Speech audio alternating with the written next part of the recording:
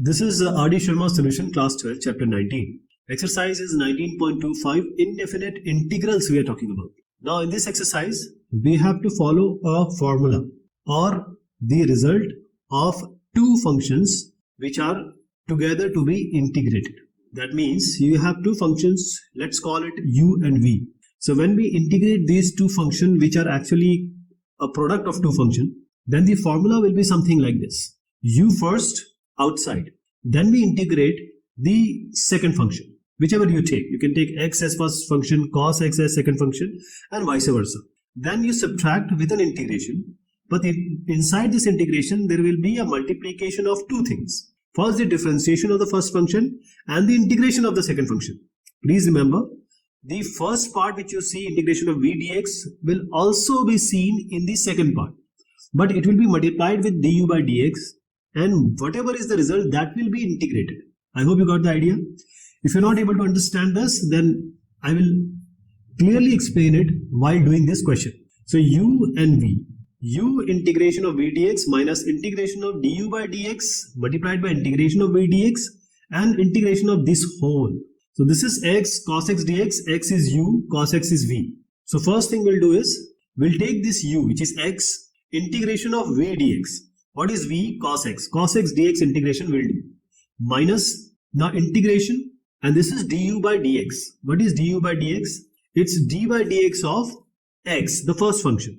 Then the integration of v dx, as I told you, this clearly on this same thing will come here. So integration of cos x dx, which is in the first term, will come entirely like this. And these two will be multiplied. That is, the differentiation of x and integration of cos x will be multiplied. And then the final result will be integrated. So x, what is integration of cos x? It's sin x. It's quite simple. Integration remains like this. First we'll do the internal thing. D by dx of x will be 1. And integration of cos x will be what? Same thing which we have done earlier also. It's sin x. So these integration of v dx and integration of v dx will come two times. So d by dx of x is 1. Integration of cos x is sin x. So sin x dx integration we have to do. Now what is the integration of sin x? It will be minus cos x. So minus minus will become plus. X sin x remains like this. Integration of sin x has become cos x, because plus has become negative, has become plus. So this is the final answer. And this formula is very important. Now how to go about it? What are you going to write actually? Like taking x as the first function, cos x as the second function. All these need to be written. Now we are doing an exercise where we are dealing with two functions, but here there is only one function. So your question will arise, how are we going to solve this? We don't have any other function. There is just one function, log x plus 1. And these type of questions, many of these type of questions will arrive and you have to tackle them accordingly. See, 2 into 1 is 2. 2 divided by 1 is 2. That is, 1 is already multiplied with every number, every term. So you can assume that there is a 1 here. So we are assuming that there is a 1. So we are dealing with 1 into log x plus 1. So one of the function will be a constant term which is 1. Now which of these you are going to take u and which one you are going to take it as v? Okay, if you take u as 1, integration of log x plus 1 will be the second thing you have to do. But I will not go forward. Why? Because I am stuck here only. If you take u as the first function and integration of log x plus 1 as the second function, that is log x plus 1 as the second function, you will be stuck here. And when you are being stuck, you are again falling back to the trap of the initial question, integration of log x plus 1. How to do that? In order to solve that, that's why we introduced this one. So this means that taking u as 1 and v as log x plus 1 will not solve our purpose. So we have to take u as log x plus 1 and v as 1. That is, the first function has to be taken as log x plus 1 and the second function has to be regarded as 1. Okay. Now let's use the formula. I'll write the formula now and then whenever it is required to brush up things and to feed that formula into your mind. So to start with this, we are taking the first function as, that is the log x plus 1 as u. So this has to be taken outside, log x plus 1. Then the integration of the second function, which is the second function, which is 1 dx. Minus integration of, now first we have to do the differentiation of the first function. So d by dx of log x plus 1 has to be done. So d by dx of log x plus 1 is your first thing. And then the integration of the second function, that is the integration of 1. So 1 dx. And then we have a dx here. So what is the integration of 1 dx? It will be x. So let's write x into log x plus 1. X log x plus 1 was treated as a constant. So it was kept outside. In the second function, log x plus 1 has to be differentiated. What is the differentiation of log x plus 1? 1 by x plus 1. Then the differentiation of x plus 1 will be only 1, so it doesn't matter. 1 by x plus 1 will come. And how about integration of 1 dx? 1 dx will come what?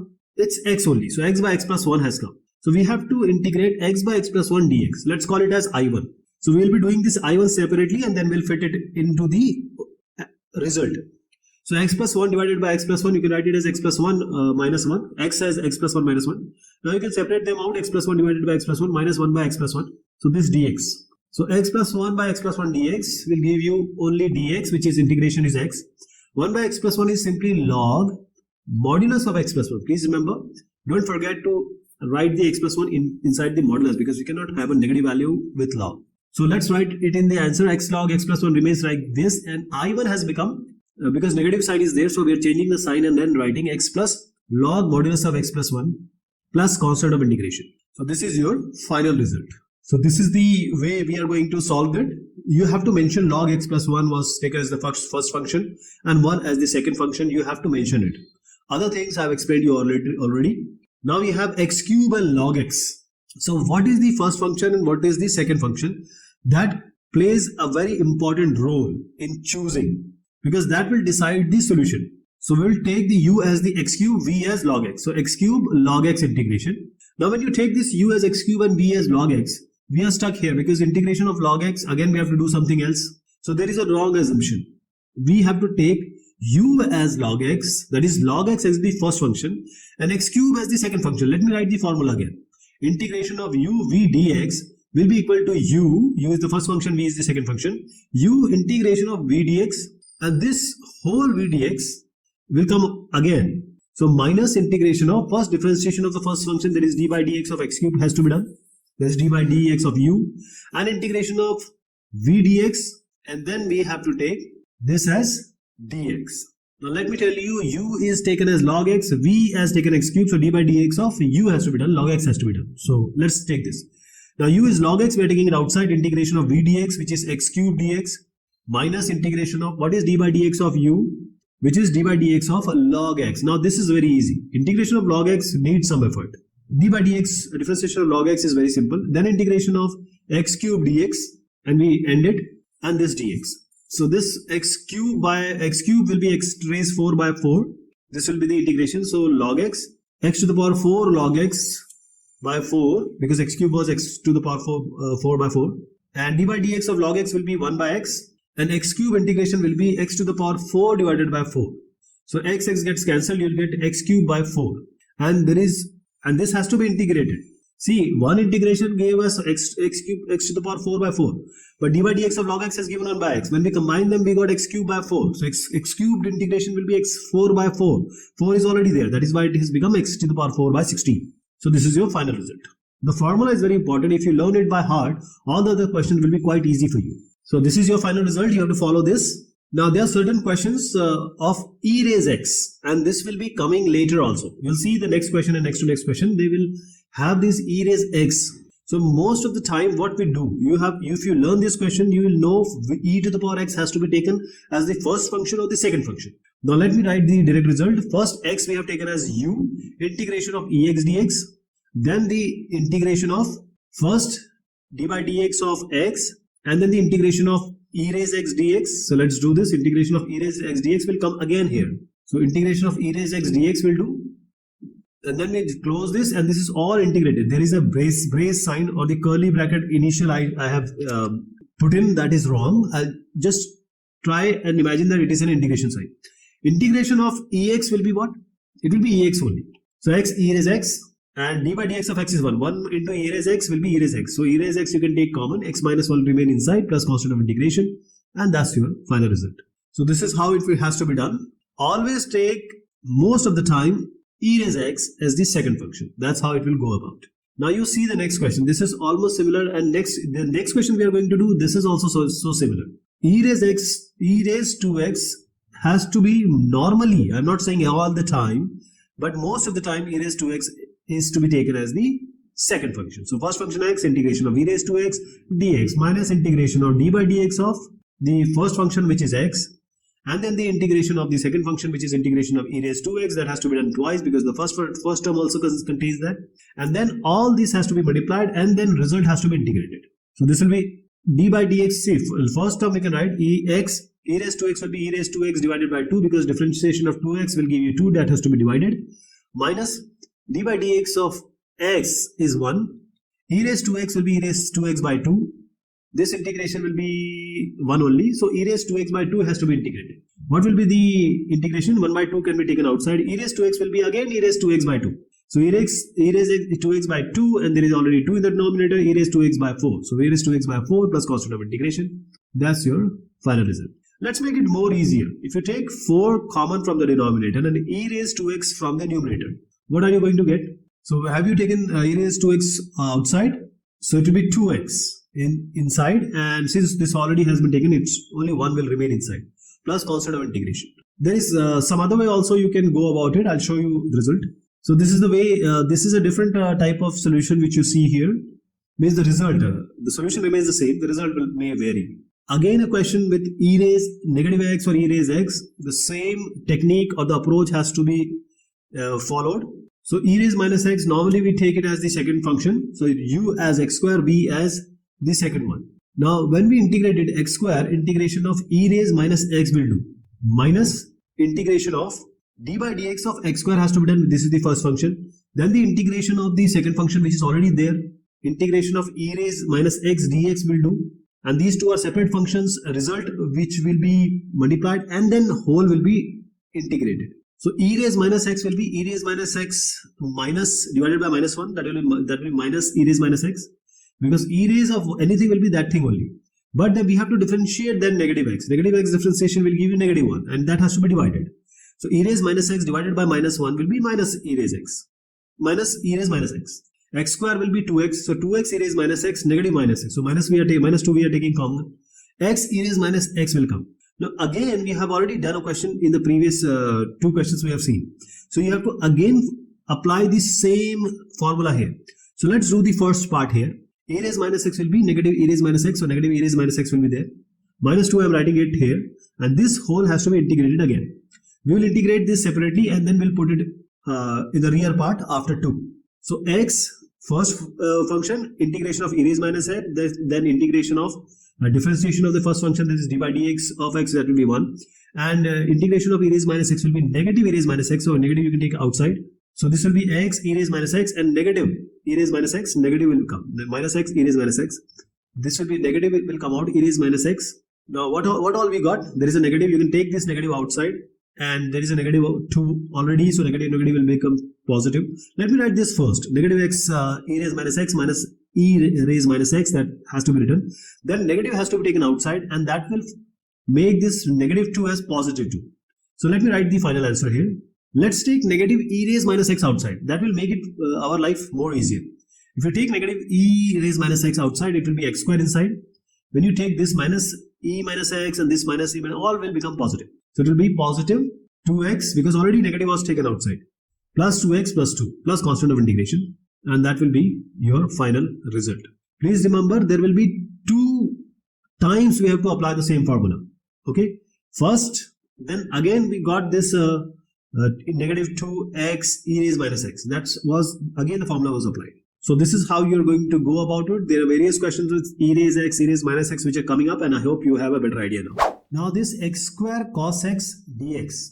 Now there are 2 separate functions, x square and cos x. We normally take x square as the first function. I'm not saying always, you'll see where it will not be taken, but 99% of time we take the first as the x square, which is the algebraic function. Second, we take it as the cos x or whatever is remaining. There are certain things which are going to come in this solution, so we need to intimate you prior. So the integration of cos x is going to be sin x, and the integration of a sin x is going to be negative cos x. So we'll take the formula by now. I hope you are well versed with the formula, so I'm directly using it. The first function outside, then the integration of cos x with dx, then the integration, differentiation of the first function, which is d by dx of x square, and multiplied by the integration of the second function, which we already done.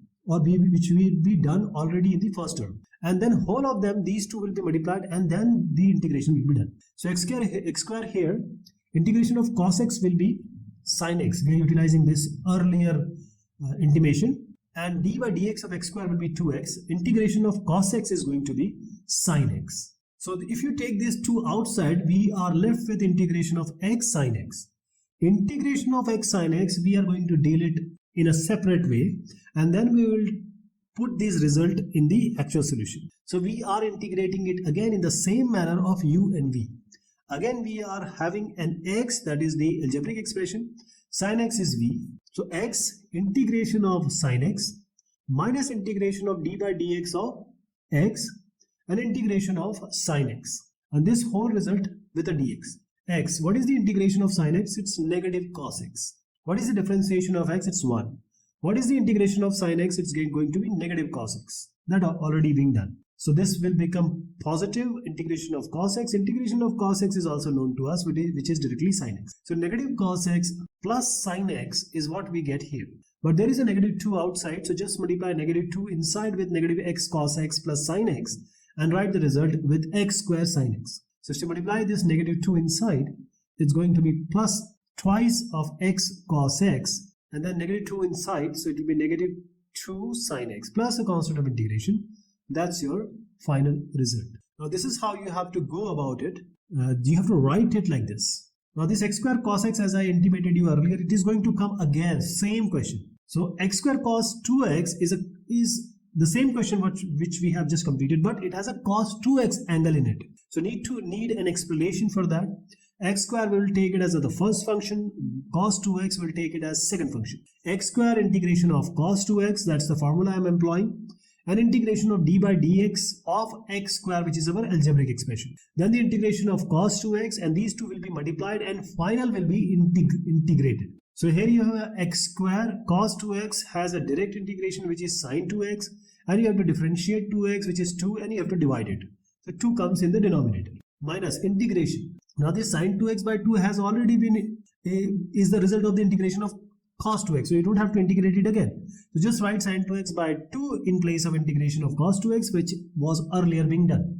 X square differentiation is 2x, so this is a separate entity now. 2 gets cancelled, you have to integrate x sin 2x separately. So x sin 2x we are going to integrate again, and in the same way u and v form first function, second function. Let me write this x square by 2. This is the first term which is already the first part of the answer. The second part we have to integrate again. So we have x as sin 2x. X come in front, sin 2x here, minus integration of what? D by dx of x, and the integration of sin 2x again. And once integration of sin 2x has been done, multiplied by d by dx of x, that has to be integrated. What is the integration of sin 2x? It's minus cos 2x divided by 2, because minus cos 2x is the integration of sin 2x, but 2 has to be divided because it is the differentiation of 2x. Now again cos 2x by 2 here, you have to add a negative also, and d by dx of x is 1. So you can take this half common, minus cos 2x, and since minus 1 is there, we have made it already as a plus. So this cos 2x direct integration will be sin 2x by 2. So you have sin 2x by 2 here, and you have a 2 already in the denominator. So this will form sin 2x divided by 2 into 2, that is 4. Now negative is there, just change the sign and write this term which we have just found. So x cos 2x divided by 2, and since negative is outside, the sign will get changed. It will be sin 2x by 4 plus constant of integration. That's your final result. Okay. Now how you are going to write it, this is in front of you. That reference is very important. So this x sin x has already been completed. We have already done it, but this is x sin 2x. So we need to formulate a proper approach to solve this question, so that because this is going to become x sin 2x, you will just see x sin 2x will come again and again. First we will take the algebraic expression as the first function, call it as u. The second function we are calling it as v. So I am employing the formula x integration of sin 2x minus integration of d by dx of x, which is the first function, and the integration of sin 2x again, and then the multiplication of these two terms. When you multiply these two terms, that has to be integrated again. Integration of sin 2x is what? Because twice we have to do it. Integration of sin 2x is negative cos 2x divided by 2. So let me replace negative cos 2x divided by 2 wherever we get integration of sin 2x. So negative cos 2x by 2 minus d by dx of x is 1. And integration of sin 2x is negative cos 2x by 2. So negative comes in front. It will make this negative as positive. This half I am taking outside. It will be cos 2x inside. And cos 2x also has a direct integration. So we have minus x cos 2x divided by 2. Cos 2x will give you what? It will give you sin 2x divided by 2. And since we already have a 2 in front, 2 gets multiplied in the denominator and form as 4. So sin 2x divided by 4 plus constant of integration is your final result. This is how you are going to go about it. This is the reference which I wanted to show you. It's a simple question, but it will be employed a lot. Now log x divided by x, this is a different kind of question. Because you need to understand that the differentiation of log x is 1 by x. So differentiation of log x is 1 by x, that we have to employ. And 1 by x is what? 1 by x. So log x has to be taken u. I told you 1 by x is an algebraic expression. 1 by x will form x to the power minus 1. But you don't take it always as the first function. Here log x has to be taken as the first function.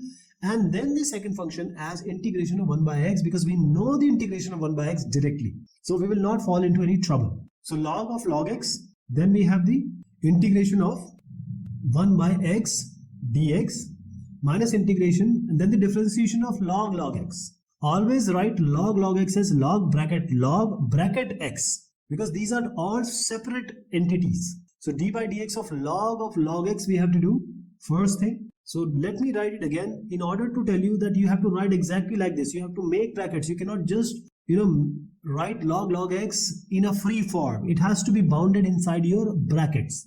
Then the integration of 1 by x, multiply these two terms and you will get a dx. So log x, 1 by x has a direct integration result. What is it? It's log x. So these all are different. Log of log x is a separate term, and log x which we just got is a separate term. So just bound them inside your bracket so that the examiner feels well. 1 by x integration is log x. Log x differentiation is 1 by log x, because anything inside log will be 1 by that thing. So 1 by log x. Now log x has to be differentiated again, and that will give you 1 by x. So what do you get? Log x gets cancelled. You have 1 by x integration. And 1 by x integration already we know. We have just done it. It's log x. So the final answer will be log of log x, that's a separate term, multiplied by log x, that is along with the first term. Let me put it in front so it will be better, log x. And then this term minus log x, 1 by x integration is log x only. So minus log x plus a constant of integration. That's your final result. So this question seems to be easy, but once you do it, you will see that there are so many things which are involved in this question, which I tried to explain to a certain level. X square cos x, as I told you, this question is going to come again. So just have a reference again and try it yourself so that you are well versed with this kind of solution. X cos x square x. First of all, we know that cos x square x integration is available to us. X is an algebraic expression. Normally we take this x as the first term. So x we are taking it as x integration of cos x square x dx. I am employing the formula now. And the d by dx of the first term, which is x. So d by dx of x is this one. And then integration of cos x square x. Now this is your result, but these two terms have to be multiplied and then again integrated. Cos x square x has a direct integration which is minus cot x. We'll just write minus cot x here. Minus x cot x. Now minus cot x, just write it here, minus cot x. D by dx will be 1. So you have to integrate negative cot x, but I will prefer to take negative outside. So I have made it as positive. Integration of cot x has a direct integration, which is log sin x in the modulus sign. So log modulus sin x is the direct integration of cot x. That's why I have written it directly. Plus constant of integration. So how you are going to go about it, that has a very special reference here. This question is quite easy, but there are certain integration differentiation result which you ought to know. Now we have x cos square x dx. Now this is a very good question, because x sin square x, all these questions are going to be coming in a short while.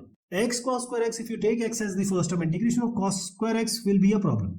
That is, I always tell you that try to take this x as the first, or the algebraic expression as the first function. But when you integrate it as cos square x, then we will fall into trouble. So we have to either know the integration of cos square x, or we need to convert this cos square x into certain form where the integration is possible. we have an expression of 2 cos square x which is equal to 1 plus cos 2x. Or normally we generally say that cos square x is equal to 1 plus cos 2x by 2 and sin square x is equal to 1 minus cos 2x by 2, that you already know from the trigonometry back knowledge. So cos square x can be written as 1 plus cos 2x by 2. Now take x as the first term. Integration of now this 1 cos square x has to be replaced by 1 plus cos 2x divided by 2 and minus integration of d by dx of the first term, which is x. So I am doing the differentiation of the first term and then the integration of the 1 plus cos 2x divided by 2, and this whole result, when you multiply these two results, then it has to be integrated again. So we'll do it in a separate way. 1 plus cos 2x by 2 has to be used in 2 points, so integrated. 1 by 2 you can take outside. 1 plus cos 2x is remaining. So it will be just x inside. So first integration will be of x. Let me just do it clearly now. 1 plus cos 2x we have to integrate. 1 by 2 is already outside. So integration of 1 has to be done and integration of cos 2x has to be done. Integration of 1 is what? It's dx only. Dx. 1 into dx. Integration of cos 2x has to be done. Half is already outside. Dx is simply x. Cos 2x you already know. We have been doing it for a while now. It's sin 2x divided by 2. Since we have a half outside, we'll multiply it inside. So that will give you, let me write it here because this has to be placed in 2 places. So x by 2, x plus sin 2x by 2 minus. Now d by dx will be 1. Half you can take outside because ultimately you have to write this x plus sin 2x by 2 result. So we have x plus sin 2x divided by 2 and this has to be integrated again. So let's do it separately and then we will multiply it later by half. What is the integration of x? It is x square by 2. What is the integration of sin 2x? It will be minus cos 2x. And then we have to differentiate 2x. That will be 2. So it will come in the denominator. So 2 into 2. Half is already there outside. So multiply it inside. So minus this will be negative. This will be positive and replace it as it is. X square by 4 it will be negative x square by 4. And half I have multiplied it already. Half was already there. So 2 into 2 into 2 that will form as 8. So cos 2x divided by this will be 8. And this will be multiplied inside. X into x will be x square by 2. And x by 2 into sin 2x by 2 will be what? It will be x sin 2x divided by 4. So it will be, there is a 4. Okay, I just missed it. But we will write this x square by 2 minus x square by 4 as x square by 2. Because you know if you take x square common, it will be simply 1 by 2 minus 1 by 4. 1 by 4 is half of half. So you are taking out 1 by 4 from 1 by 2, that will form 1 by 4 only. So x square by 4 and all other things will remain same. X sin 2x by 4. I'm not writing it as 2. Cos 2x by 8 plus constant of integration. Okay, there is a slight change. You can do it by yourself. This is your result and this is how you are going to write it. Alright. So I tried to explain you in a detail, but the way you are going to write it is right in front of you. Now we have x to the power n log x dx. So the first thing is what or which one to be taken as the first one and the second one. Normally we take the algebraic expression as the first equation, but there are certain things, so there are certain places where the case may not be. If you take x raised n as the first function, integration of log x will come and that will create a trouble for us. That means we will get stuck. We have to assume this log x as 1 into log x, then again have to apply the same formula. So rather than doing this, we'll take log x as the first function and x to the power n as the second function. That is log x first function, integration of x to the power n is simpler, minus integration of d by dx, that is differentiation of the first function which is log x, then the integration of x to the power n, and these two, differentiation and integration, when multiplied, it has to be integrated. This is log x, x to the power n will be x to the power n plus 1 by n plus 1. It is actually the standard formula of x to the power n. Now what is the log x differentiation? It's 1 by x. X to the power n will be what? It will be x to the power n plus 1 by n plus 1. So x to power n plus 1 into x to the power minus 1, because x goes up. N plus 1 is a constant, remains in downstairs. 1 gets cancelled because it will be, the power will be added, n plus 1 minus 1, that will be x to the power n by n plus 1. So this now has to be integrated. So this 1 by n plus 1 can be taken outside, it is just a constant. And integration of x to the power n has already been done, which is x to the power n plus 1 divided by n plus 1 plus a constant of integration. Now this denominator will become n plus 1 whole square. So we have n plus 1 whole square, you can take common because this is the denominator. I'm just making it simpler. Answer we have already got.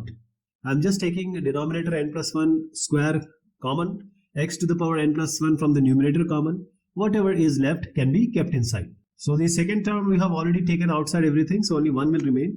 The first term x raised n plus 1 by n plus 1 whole square has been taken common. So n plus 1 will already be there, and then with the log x. So there are different ways to represent the answer. So the approach remains the same. Maybe the answer is different because just how the simplification has been carried out at the end.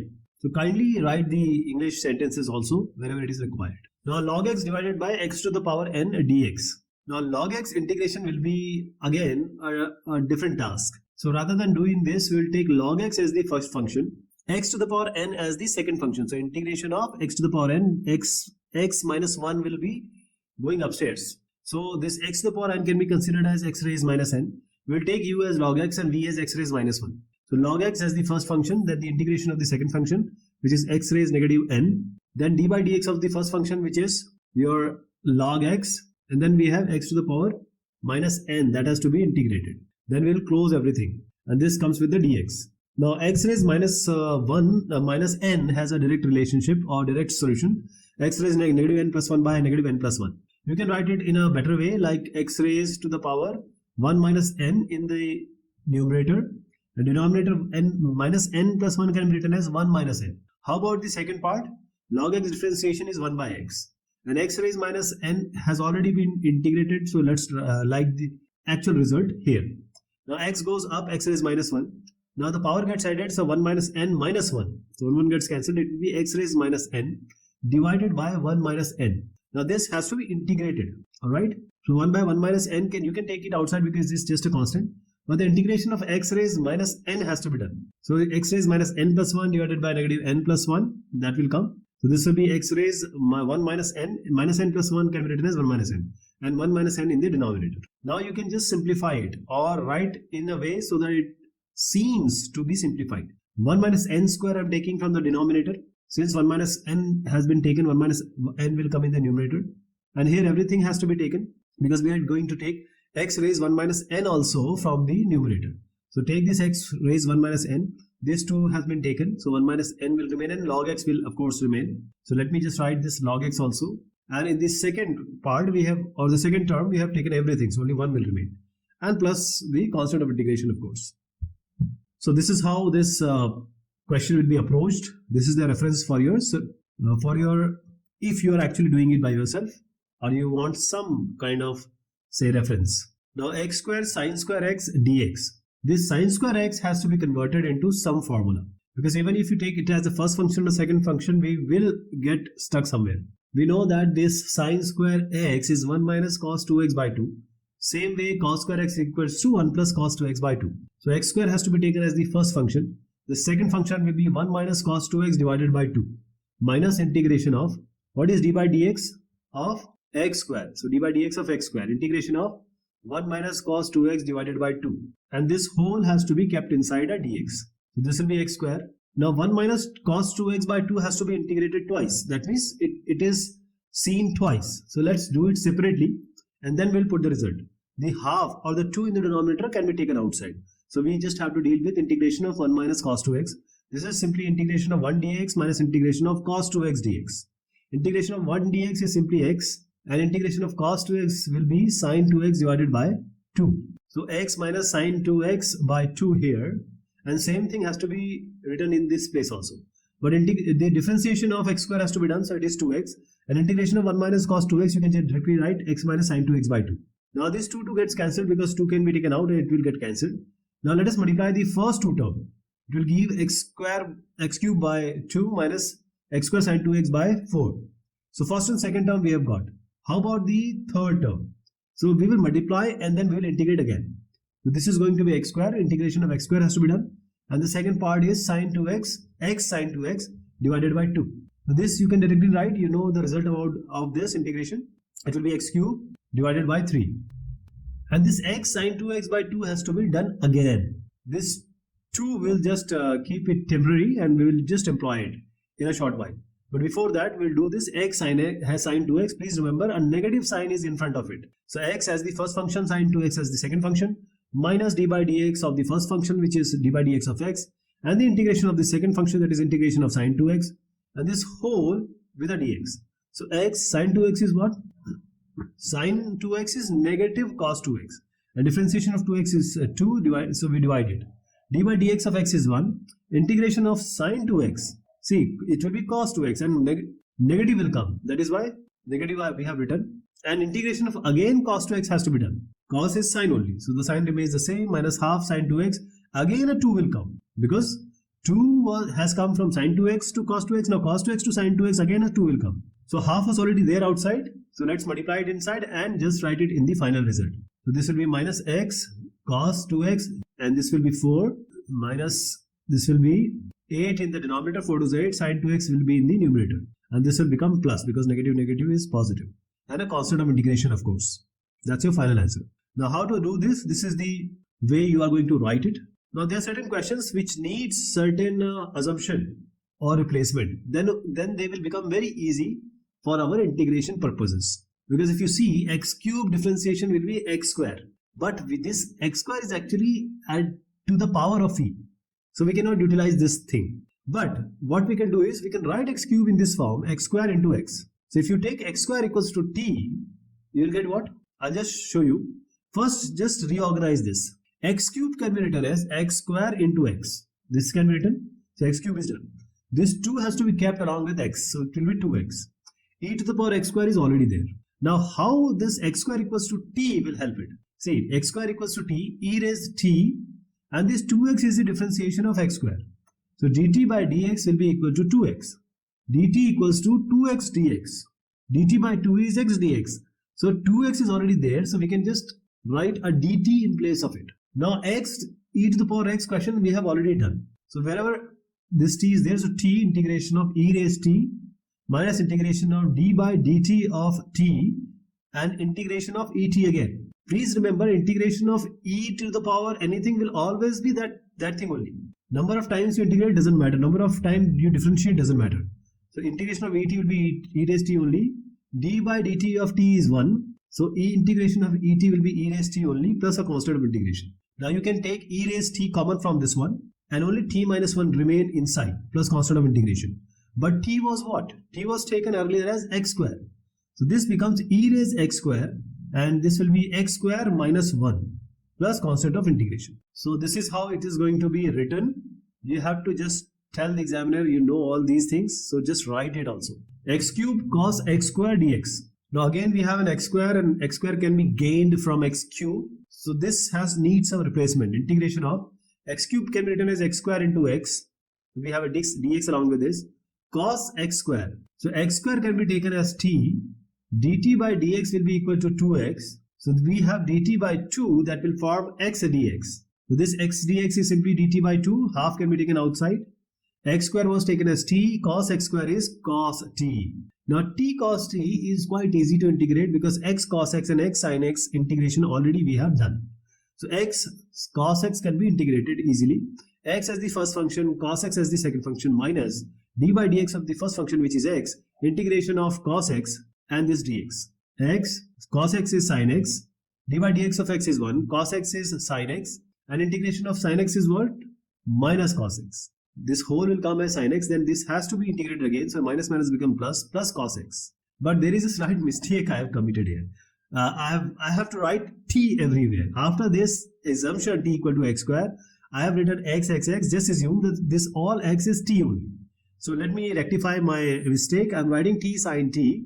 So wherever it's x, it's t only. So t sin t plus cos t plus constant of integration. So t equals to x square. Let's write this x square here. Sin x square. 1 by 2 was already there. So 1 by 2 you can just multiply. Plus cos x square by 2 plus constant of integration. Even if you have c by 2, it doesn't matter. It will be a constant of integration only. Now how this has to be done? And this is a good question because it needs some assumption also and the final version also. Now this is x sin x cos x. So x sin 2x we have already done.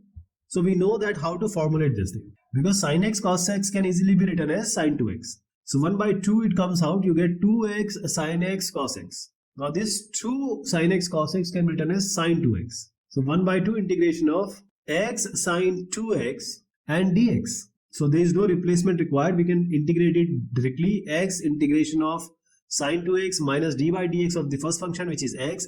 Then the integration of the second function which is sin 2x. And then we have a dx. So these both have to be multiplied and then result has to be integrated. So x sin 2x is what? It's minus cos 2x divided by 2 because 2x has to be differentiated and 2 will come, that has to be kept in the denominator. Minus this again, sin 2x will be minus cos 2x by 2. So the first integration will give you minus cos 2x by 2. So let me make it as plus. Now we have to integrate cos 2x. Half I am taking outside. 1/2 is already there with us. So minus x cos 2x divided by 2. And this is half. Cos 2x will be sin 2x divided by 2 plus constant of integration. But please remember, half was already there. This was kept temporary by me. Now this half has to be included. So all the denominator, either they don't have a denominator, they will get a 2, or they will be multiplied by 2. So negative x cos 2x by 4 plus sin 2x divided by 8 plus constant of integration. That's your final result. Okay, this is how this has to be done. Alright. The key idea of this question is to make this sin x cos x as sin 2x. Other things will be quite easier. Now sin into log cos x dx. Now this is a different kind of question, so you need to concentrate it very well. See, cos x can be gained from sin x and vice versa. So if you take t as cos x, dt will be what? Dt by dx will be what? It will be, we are differentiating, remember, it will be negative sin x. So minus, if you take on the left, it will give you dt, negative dt as sin x dx. So sin x dx is negative dt. So this sin x and this dx will formulate negative dt. Let's write it. Integration of negative dt. So minus I can take outside, dt I can keep it here. And log cos x. Cos x has already been assumed to be t, so it will be log t. Now log t integration directly will be a difficult task. So let's assume that we have a 1 along with this. So assume that we have 1 here, which can be taken as first function of the second function. Of course, we have done a question like this, so you already know which has to be taken as the first function. So log t has to be always taken as the first function, because integration of log t will again stop us from proceeding. So integration of 1 dx and minus integration of d by dx of log t and integration of 1 dx, because 1 is what we have assumed to be the other function. It's all dt, right? Wherever I'm writing dx, it's dt only, because we already assume t equals to cos t. Now 1 dt will be what? It will be t only. So t log t we can write. Here also d by dt of log t will be 1 by t and integration of dt will be t. So actually this t by t will get cancelled out and we have to just integrate 1. So integration of dt has to be done. So what this will give us, integration of this 1 will be t only. Now negative is already there, so negative, if you multiply, this can be swapped, or you can write t minus t log t plus constant of integration. Now t can be taken outside, so 1 minus log t will come inside plus constant of integration. What is t? It's cos t, cos x. So let's write this as cos x, 1 minus log, what is t? It is cos x plus constant of integration. That's your final result. Okay, this is how we have to do it. I've explained it to you entirely, but there are certain things writing actually. The English like these and symbols and the equality, all this has to be written explicitly. Now log x whole square and x. So we don't need any replacement here, just need to concentrate on which one has to be taken as the first function and the other as the second function. So log x whole square, this is the first function and the second function will be x dx.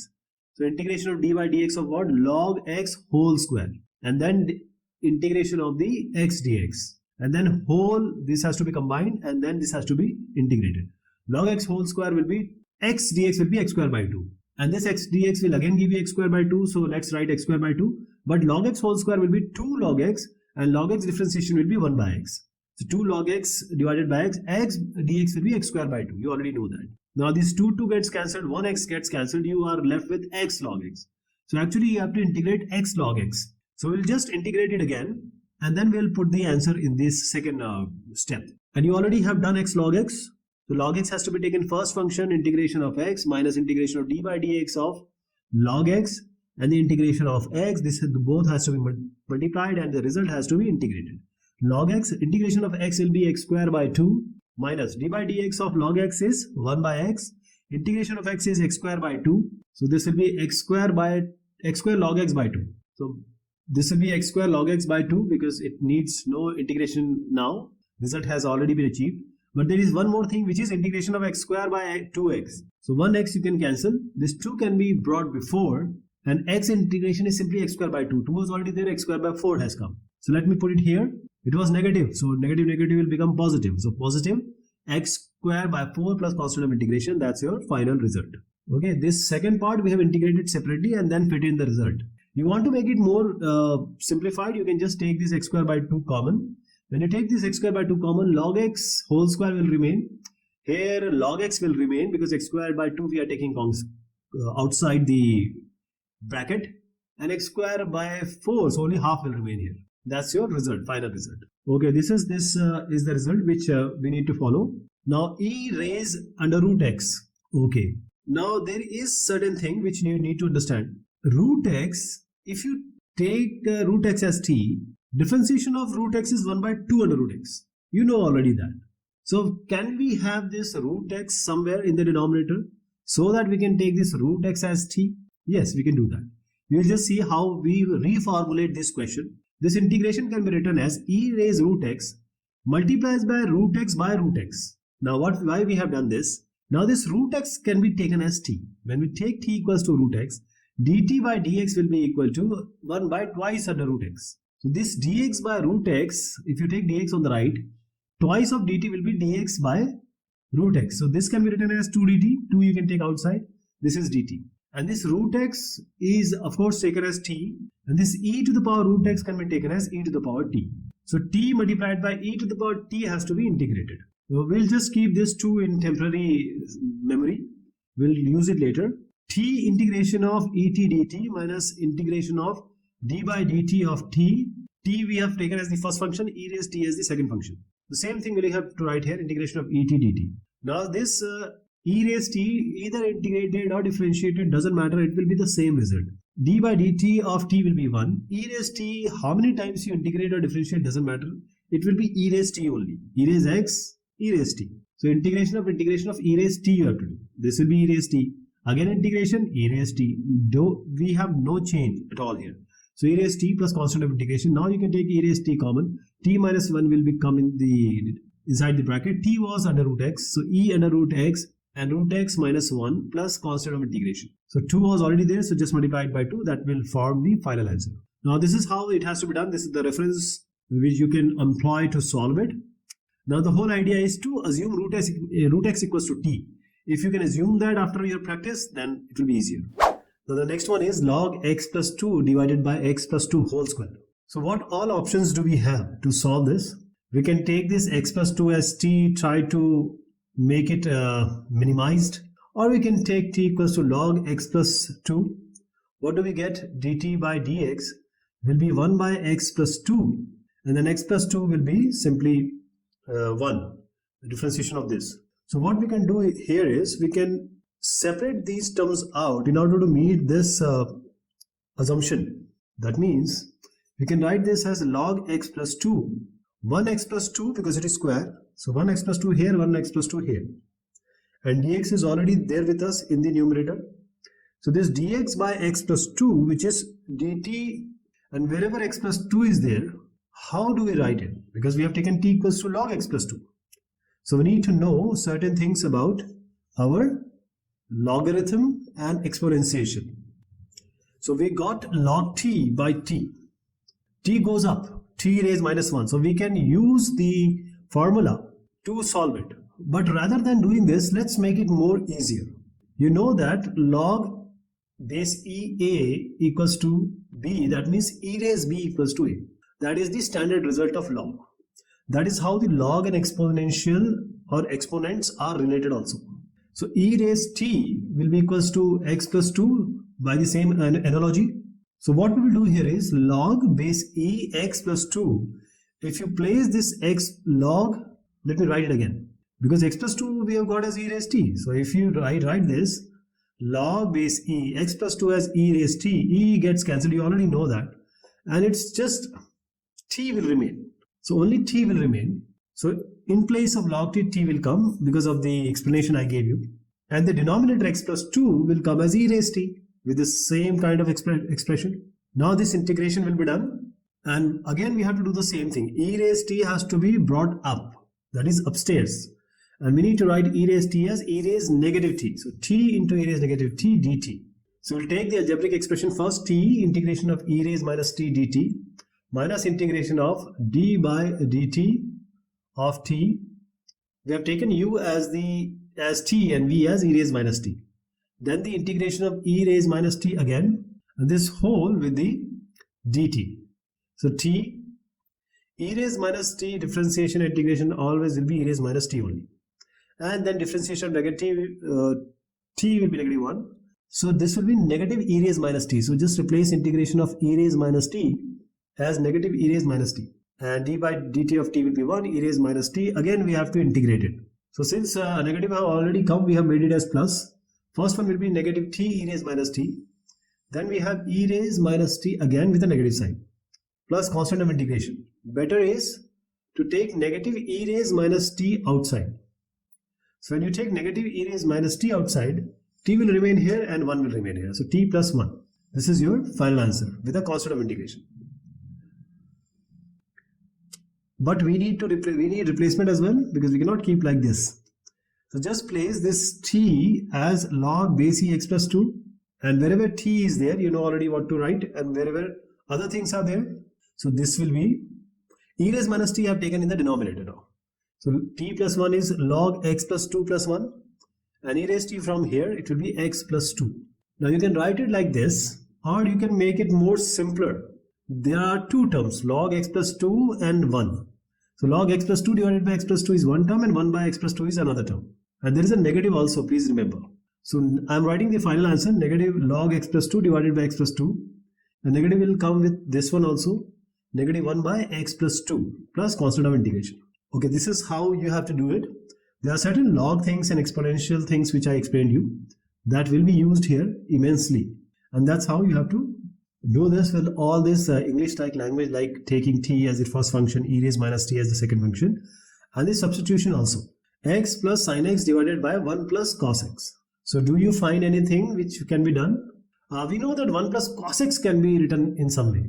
So this x divided by 1 plus cos x plus sin x divided by 1 plus cos x. And then 1 plus cos x and 1 minus cos x, we have the direct result. That means 2 cos square x by 2 is your what? 1 plus cos x. Similarly, 1 minus cos x is 2 sin square x by 2. So we can write this 1 plus cos x as 2 cos square x by 2. So 1 plus cos x is simply 2 cos square x by 2, which I am writing right now. Now sin x can be written in form of this x by 2 form, because sin 2 theta is what? 2 sin theta cos theta. Sin 2x is 2 sin x cos x. We can write this as 2 sin x cos x by 2 cos x by 2. And then denominator again 2 cos square x by 2. Now this 2 in the denominator can be taken outside if you want, or you can just keep it and cancel the second term 2. It's up to you. Cos square x by 2 can be taken up. It will be sec square x by 2. Here what will happen? 1 cos you can cancel. 1 cos x by 2, if it cancels, sin x by 2 and cos x by 2 will give you tan x by 2. So this will be tan x by 2. Don't worry about the constants. You will manage it. I am sure about it. Just concentrate on the different trigonometric terms. So tan x by 2 has come. Now we need to integrate these two. Log this tan x by 2 has a direct result. Alright. So x sec square x by 2, that has to be integrated. And tan x by 2 has to be integrated separately. Because tan x by 2 has a direct result. Let me write the direct result, which is log modulus of sec x by 2. And then x by 2 has to be, because we are doing integration and the other part has to be integrated. The first part has to be integrated and the inner part has to be differentiated and kept in the denominator. So half is in the denominator. This we will use the formula again, x sec square x by 2. X first, then integration of sec square x by 2. We are taking u and v as the first function and second function. D by dx as of x, then integration of sec square x by 2. This end and then the dx. X sec square x by 2 is what? It's tan x by 2. Now what is the x by 2 differentiation? It will be half in the denominator. Minus d by dx of x will be 1. Sec square x by 2 will be tan x by 2 again. And tan x by 2, the x by 2 will go with the differentiation, half will come, that will go in the denominator. Now again integration of tan x by 2 has to be done. So same thing what we have done, integration of tan x by 2, which is the last term. We have already done log modulus sec x by 2. So log modulus sec x by 2 will come with a half. And there are plenty of things which we have to add, that is the numbers and all, half and 2, and that you know already how to do that. And we have log modulus sec x by 2. So now you can just cancel these two out, because we have a half outside in the previous explanation, the second step. When you take half this, it will cancel out all the denominator. All the half in the denominator will get cancelled. And other things remaining, only log sec x by 2 and minus log sec x by 2 will remain, so it will get cancelled. And the final result will be only x tan x by 2 and plus constant of integration. That will be your final answer. Now this is how this has to be done. Alright. Now log base 10x. This is question number 25. Now the question may vary depending upon your edition of book which you are doing. So log base AB can be written as what? First log B divided by log A.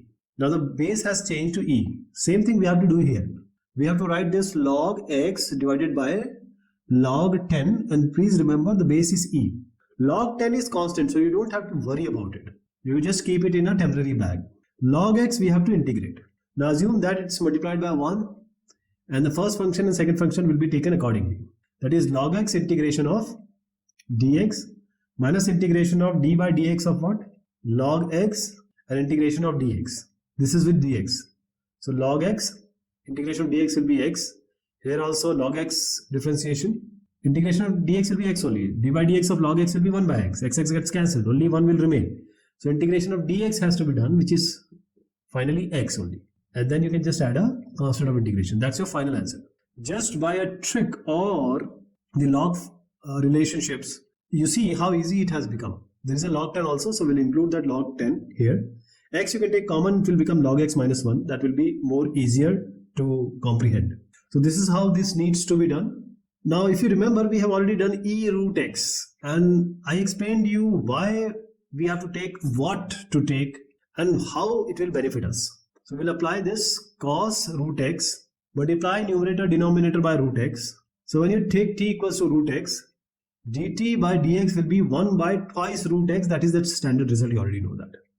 So 2 dt will become dx by under root x. 2 dt will be dx by under root x. When you integrate this, dx by root x is twice of dt. 2 you can take outside, dt will remain inside. And this under root x has to be kept as t. Cos, then root x will be t. So t cos t, twice of t cos t. We have to do the integration of t cos t actually. So t we take as the first function, then integration of cos t minus d by dt of t, and then integration of again cos t. Then whole of these has to be integrated after multiplication with the d by dt. T, what is cos t integration? It's simply sin t. D by dt of t will be 1. Cos t integration is again sin t. Then we have to integrate it again. So there is an integration here. Minus, because sin t will be negative cos t. So plus cos t plus constant of integration. In place of t, now you have to write under root x. That's you have assumed. So root x sin root x plus cos root x and plus constant of integration. Please remember there is a 2 also in front. So multiply it by 2. That will complete your answer. So this is the reference. This question, if you have done e raised root x, that will be very easy for you. Now this kind of question we have already done in the differentiation when we were learning that. We will take cos inverse x as u and x by under root 1 minus x square as v, or 1 by under root 1 minus x square as v. You know why? Because 1 minus x square, if it is equated to t, the differentiation dt by dx will be equal to negative 2x. That is, if you take this negative 2 here, it will be dt divided by negative, its 2 will come in the denominator. So we have x dx. So cos inverse x we are taking as the first function. Integration of x divided by under root 1 minus x square. Then minus integration of d by dx of first function, which is cos inverse x. And then the integration of x by under root 1 minus x square. So this x by under root 1 minus x square has to be kept twice. So we'll do this separately. Under this integration of x by under root 1 minus x square will be done separately because it's twice. So integration of x divided by under root 1 minus x square. 1 minus x square was already being taken as t. X ds is, there is a slight change you have to do. I have committed a small mistake here. Dt, negative dt by 2 will be x dx. So dt by under root t will come.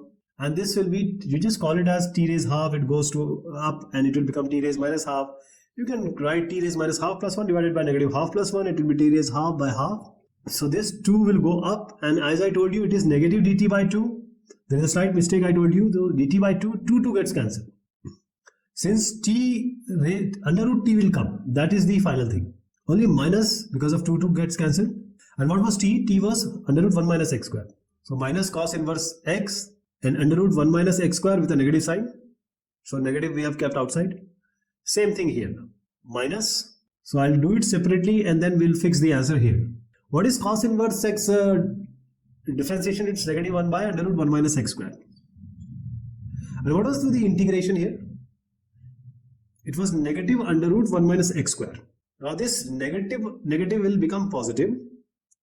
Under root 1 minus x square, because it is in the numerator also, denominator also, we can cancel it. Only integration of dx will remain. So only x will come plus constant of integration. That's your final result. So the question seems to be typical, but once you are in practice and you understand what to be taken as the first function, what needs to be taken as the second function, it will be quite easier for us. This is the way you have to do. Please remember, differentiation will be this dt by negative 2 will be equal to x dx. That you have to keep it here. And integration of x by under root 1 minus x square dx has to be done separately because it will need some effort. Now we have log x divided by x plus 1 whole square. This is with the dx. First function will take it as log x. And then the integration 1 by x plus 1 whole square. Minus integration of what? D by dx of log x. And then integration of 1 by x plus 1 ka whole square. Dx. And this whole with a dx. Integration of 1 by x plus 1 whole square has come twice. So 1 by x plus 1 whole square, this x plus 1 whole square goes up. If you just take t equals to x plus 1, that will be easier. dt and dx will be equal. So basically you are integrating 1 by t square because t was taken as x plus 1. If you just square it, x plus 1 whole square, it will be t square, 1 by t square. And dt is equal to dx. So this t negative 2 will go up. Integration will be taken t negative 2 plus 1 divided by negative 2 plus 1 plus a constant of integration. Of course that we will include later. So minus 1 by t has come.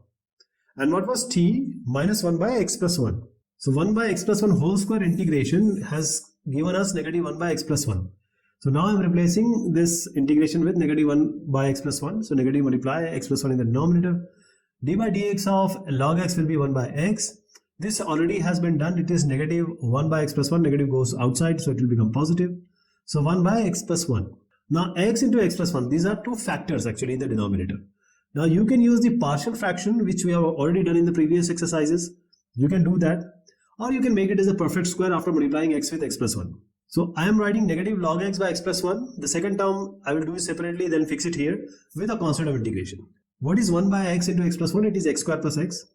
Now x square plus x, what is the coefficient of x, which is 1? Just divide it by 2, square it, add it, subtract it. So 1 by 2 whole square minus 1 by 2 whole square. A square plus b square plus 2ab. So x plus half whole square has come and minus half whole square remains. So you can just write it as integration of 1 by x plus 1 whole plus x plus half whole square minus half whole square. And you already know the formula directly. 1 by 2a log x minus a by x plus a. Because this is simply integration of 1 by x square minus a square. So integration of dx by x square minus a square will give us 1 by 2a log x minus a by x plus a, which has to be inside the modulus sign. You cannot have a negative inside the log. So we'll write this in terms of the formula. 1 by 2a, a is half and x is x plus half here. Log x minus a, x plus half minus half, and denominator x plus half. This gets cancelled. This will become log, this gets cancelled. Log x by half plus half is 1, so log x by x plus 1. Now you can just write it as log x minus log x plus 1, because log a by b is log a minus log b, but you don't need it. Here you don't need it, you can just directly keep it as log x by x plus 1. So minus log x by x plus 1, this whole we have already got. So let me write it here. Log x by x plus 1, both in the modulus sign. So let me write it clearly, okay, so that we just get the glimpse of the answer which will come. So integration of log x by x plus 1 whole square shall be negative log x divided by x plus 1 plus log modulus of x by x plus 1 plus constant of integration, and this is your final answer. How are we going to do it is in front of you. So previous exercises will really help you in answering this. This will be cosec cube x dx. Now this is a very good question. How are we going to do this? We will try to find out the first function and second function. But wherever this cosec will come, we have to talk about cot also, or think about cot also. Because cosec and cot has certain relationship. What is that relationship? Cosec square x is equal to 1 plus cot square x. That you already know. Or you can call it as cot square x equals to cosec square x minus 1. So we will write cosec cube x in two separate terms. Cosec cube x will be cosec square x into cosec x. And this cosec square x, now I told you that cosec square x can be 1 plus cot square x. So you will be tempted to write cosec square x as 1 plus cot square x. But when we see this cosec x, the second term, what we will do? Just take that imagination. If t equals to cot x, dt by dx will be what? Because the differentiation of cot x we know. This will be negative cosec square x. So we have a cosec square x now. So why not to convert this cosec x into this form 1 plus cot square x. So if I remove this square, it will go on the right with a root. This, we are just swapping these two terms. Cosec x will be written as under root 1 plus cot square x. And this cosec square x, as I said, that I'm writing it after this under root 1 plus cot square x. And then with a dx. Now when we write this cot x as a t, or when we take this t equals to cot x, we will get this cosec square x dx from the differentiation. So if we assume cot x as t, it will be under root 1 plus t square. And the differentiation of cot x with t will give you what? It will be cosec square x dx will be negative dt. So you can write this dt. Now you know under root a square plus x square has a direct integration that has been discussed already. We will take a as 1 and x as t. So the integration will come like this. It will be t by 2. I am writing this under root a square plus x square, that will all come in plus. But because of this negative sign in front, both the terms which are the result of under root a square plus x square and here in this case under root 1 plus t square, both terms will be negative. The t by 2 under root 1 plus t square minus this a square by 2 log, and inside that log we have a modulus t plus under root 1 plus t square and plus constant of integration. Now these both negative signs are just because of minus dt which we earlier discussed. So these two negatives are there. Now let's do the final replacement because t was taken as cot x. So this will be negative cot x divided by 2 under root 1 plus t square. What was under root 1 plus cot square? It was simply cosec x only.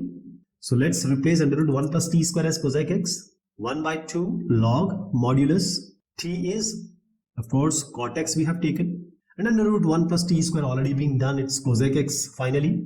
So this will be plus cosec x inside the modulus sign plus constant of integration. Now you can resolve it. I mean simplify it. When you have cot x, it's cos by sine. Cosec x is 1 by sine. So we are not getting anything. It's not cancelling as well. So we will keep it like that. Negative half cot x into cosec x. How about the second term? The second term, we have cot x plus cosec x inside. So let's do it here. Cot x is cos by sine. Cosec x is 1 by sine. So we can take the LCM, which is the sine. 1 plus cos x. 1 plus cos x by sin x. Now 1 plus cos x is always very near to us because it's 1 plus cos 2 theta. You already know it's can be related with cos and sine. 1 minus cos 2 theta, 1 plus cos 2 theta. So 1 plus cos x can be written as 2 cos square x by 2. And sine theta is 2 sine theta by 2, cos theta by 2. There is 2 sine x by 2, cos x by 2. 1 cos can be cancelled, 2 can be cancelled. The number 2. Cos x by 2 by sine x by 2 will become cot x by 2. So minus half log this cot x plus cosec x after simplification can be written as cot x by 2 plus constant of integration. Now you can keep it like this, but if you want more, simplification, or in order to match the answer with the R.d.sharma solution, this negative half log cot x by 2. We know that cot x by 2 can be written as 1 by tan x by 2. Tan x by 2 is simply 1 by tan x by 2 is tan x by 2 to the power minus 1. When you have a log, the power comes in front. So this negative will come in front. So you can have a plus here, half log, and you can just write tan x by 2 in place of this one. It will be 10x by 2 plus constant of integration. That's your final result. Now this is the result, or this is the reference you can use at how to write. So the next question is sec inverse under root x. Please remember, there is one more question which is coming up with the same kind of formation. So you need to understand this very well. Now there are functions. Sec inverse is one function, under root x is inside sec inverse, this is another function. So we all normally in this exercise we have a dot b. A is one function, b is another function. So we take a as first function, b a second function, and we apply the formula and go about integrating it. But here the second function is the theta of sec inverse. So we will devise a new thing, which is, we will assume that 1 is already there. I'm not assuming it's already there, 1 is already there. So 1 will be taken as one function and sec inverse under root x will be taken as another function. And which is integrable? Which one of these is integrable? That can be taken as the second function, because in the formula, the integration is done for the second function. Which is the better one? If you want to integrate sec inverse under root x, that will again be a problem because that is the question only. So we will assume sec inverse x as the first function and 1 as the second function. So sec inverse under root x will be the first function. Integration of this one is 1 dot dx, that is 1 we are going to integrate, minus integration of, two things are to be done here. First, the differentiation of the first function, which is sec inverse under root x, then multiplied with the integration of the second function, and when we multiply these two, then the result will be integrated again. Sec inverse under root x, integration of 1 dot dx, or integration of dx is simply x, minus integration of, I'll just do sec inverse under root x, but integration of 1 dx I'm writing as x. But sec inverse under root x has a direct differentiation. Now this is not the chapter of differentiation. Sec inverse under root x differentiation already been done. Please revisit it again. I am going to write the direct result here. First you have to use the formula of sec inverse theta, integration, differentiation of sec inverse theta, then that theta is actually under root x here. So you have to do the integration with root x as well, differentiation of root x, and divide it again. So I'm writing it 1 by under root x and root 1 minus x into 1 by 2 root x. This 2 root x has come from the differentiation of under root x. Now under root x multiplied will give you x, because under root means power of half. X to the power half, x to the power half. And when you multiply this, half gets added, it will become 1. So this under root x can be cancelled with the numerator. So we are only left with 1 by under root 1 minus x. Now again under root 1 minus x has already been done as an integration, because it's simply 1 minus x to the power minus half. When you integrate it, 1 minus x to the power minus half plus 1 divided by minus half plus 1 with simple integration logic. But 1 minus x, which is inside, is to be differentiated. It will give you -1, and that has to be divided. So 1 minus x differentiation is -1, and that also has to be included. So -1 here. So 1 minus x to the power half here. Negative half plus 1 is half, and negative is already there. This 2, which is in this term, and what I showed you of integration of 1 by under root 1 minus x, this minus has, we will keep it like that, but this 2 and half, which is in the denominator, gets cancelled, because half will go up and 2 is already in the denominator. So we are dealing with a negative, that I will make it as positive x. Sec inverse under root x already been done, and since we have a negative here, I'm making this as a positive. Just now I'll do it, and already the integration has been done, so I'll write the direct result. This negative will become positive because of this negative. If you can just imagine how this negative has come here. And 1 minus x under root you can write, or 1 minus x to the power half you can write. So this is the way you are going to go about it.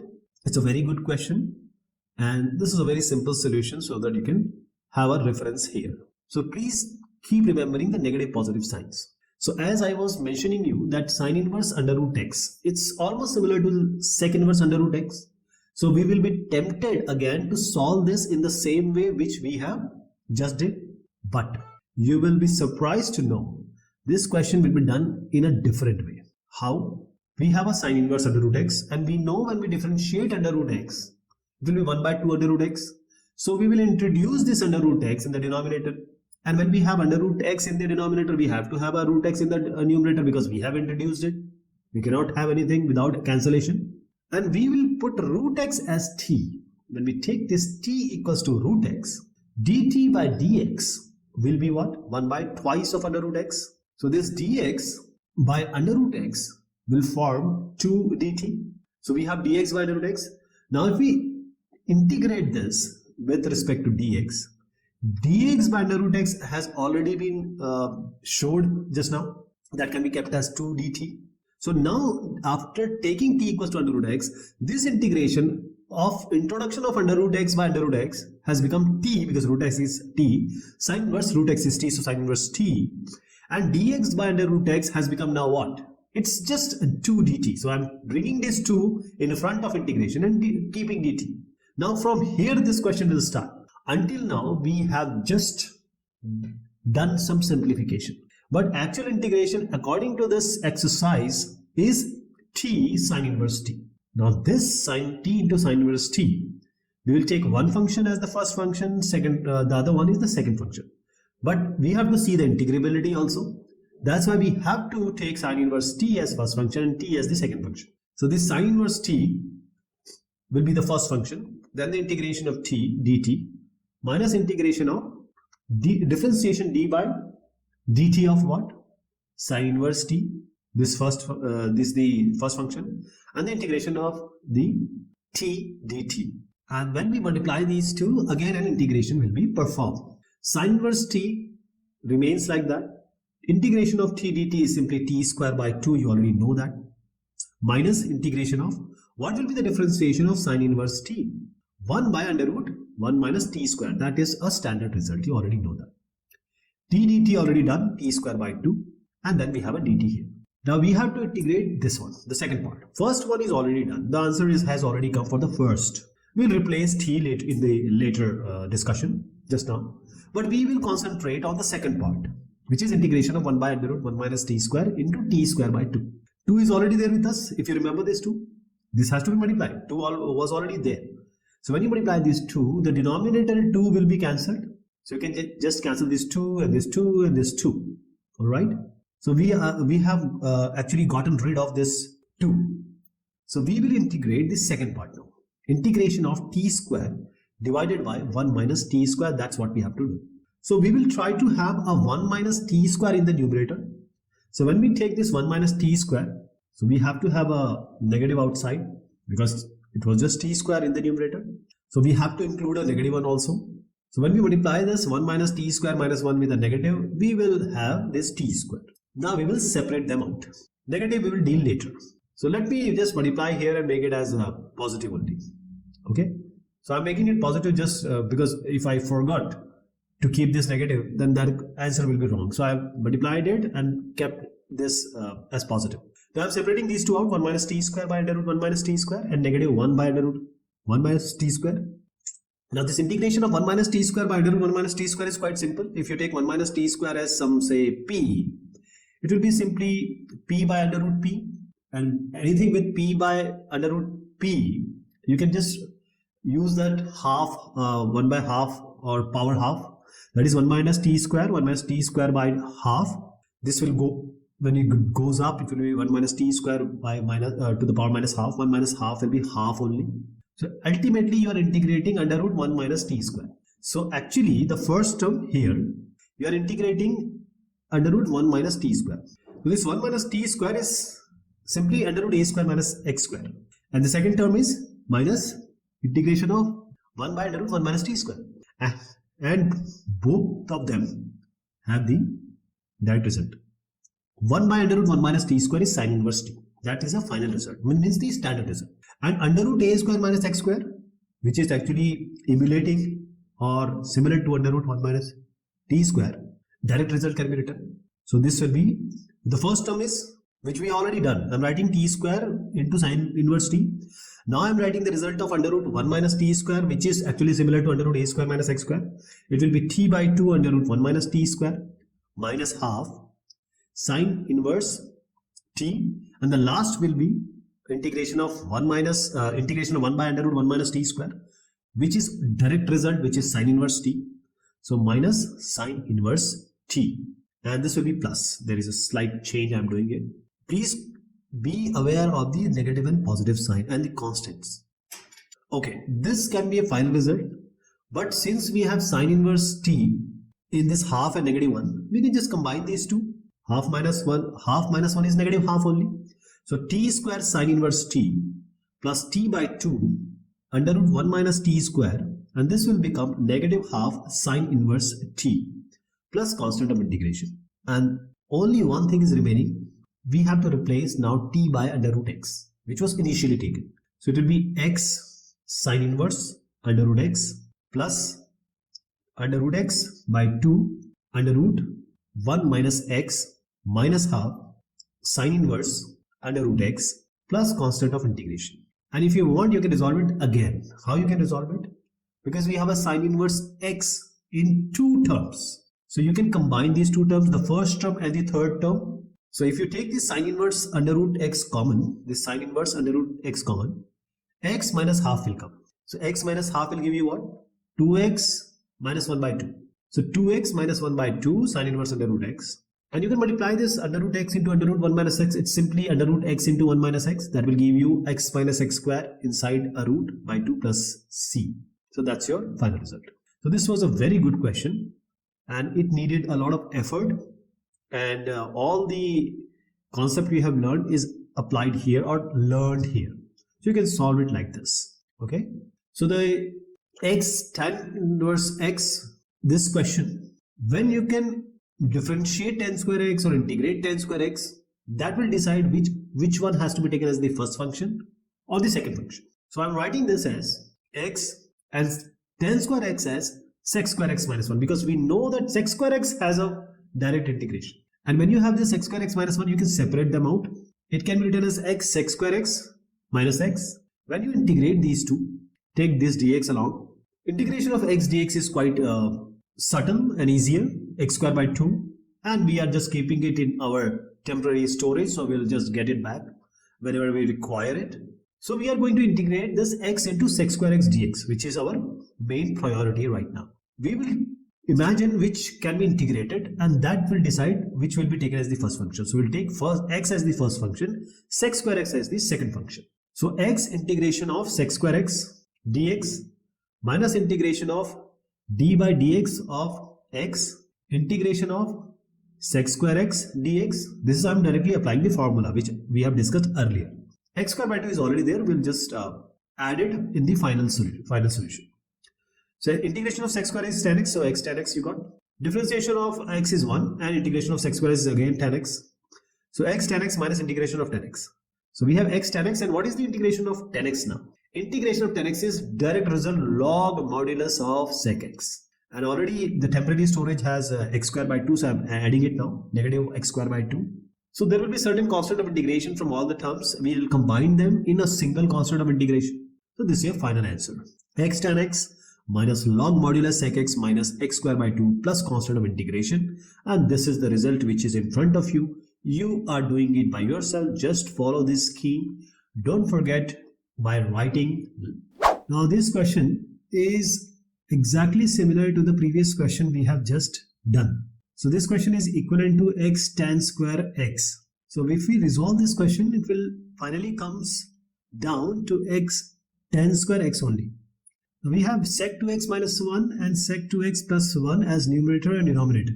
The sec can be written as 1 by cos, so 1 by cos 2x minus 1 divided by 1 by cos 2x.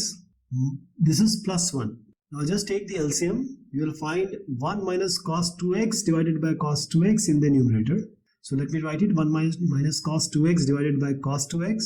Similarly, 1 plus cos 2x divided by cos 2x in the denominator. Now this cos 2x can be cancelled out. So we are having 1 minus cos 2x and 1 plus cos 2x. And from our trigonometric knowledge, we know that there is a straightforward formula of this 1 minus cos 2x and 1 plus cos 2x with cos and sine.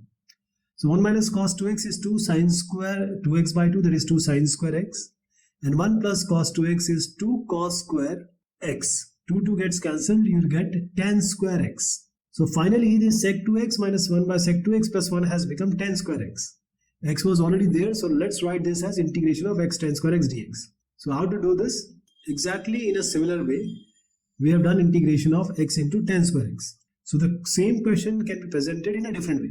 So you will start with there and comes up to x tan square x, and finally you see the solution which we have already discussed and I have explained it already, so you may revisit it. This question, if you watch very closely, there are separate terms here. X plus 1 into e raise x. Inside log you have x into e raise x. Now in the differentiation, we have already learned and seen and solved x into e raise x. If you differentiate it, we are going to get the first term. I'll show you how it will unfold.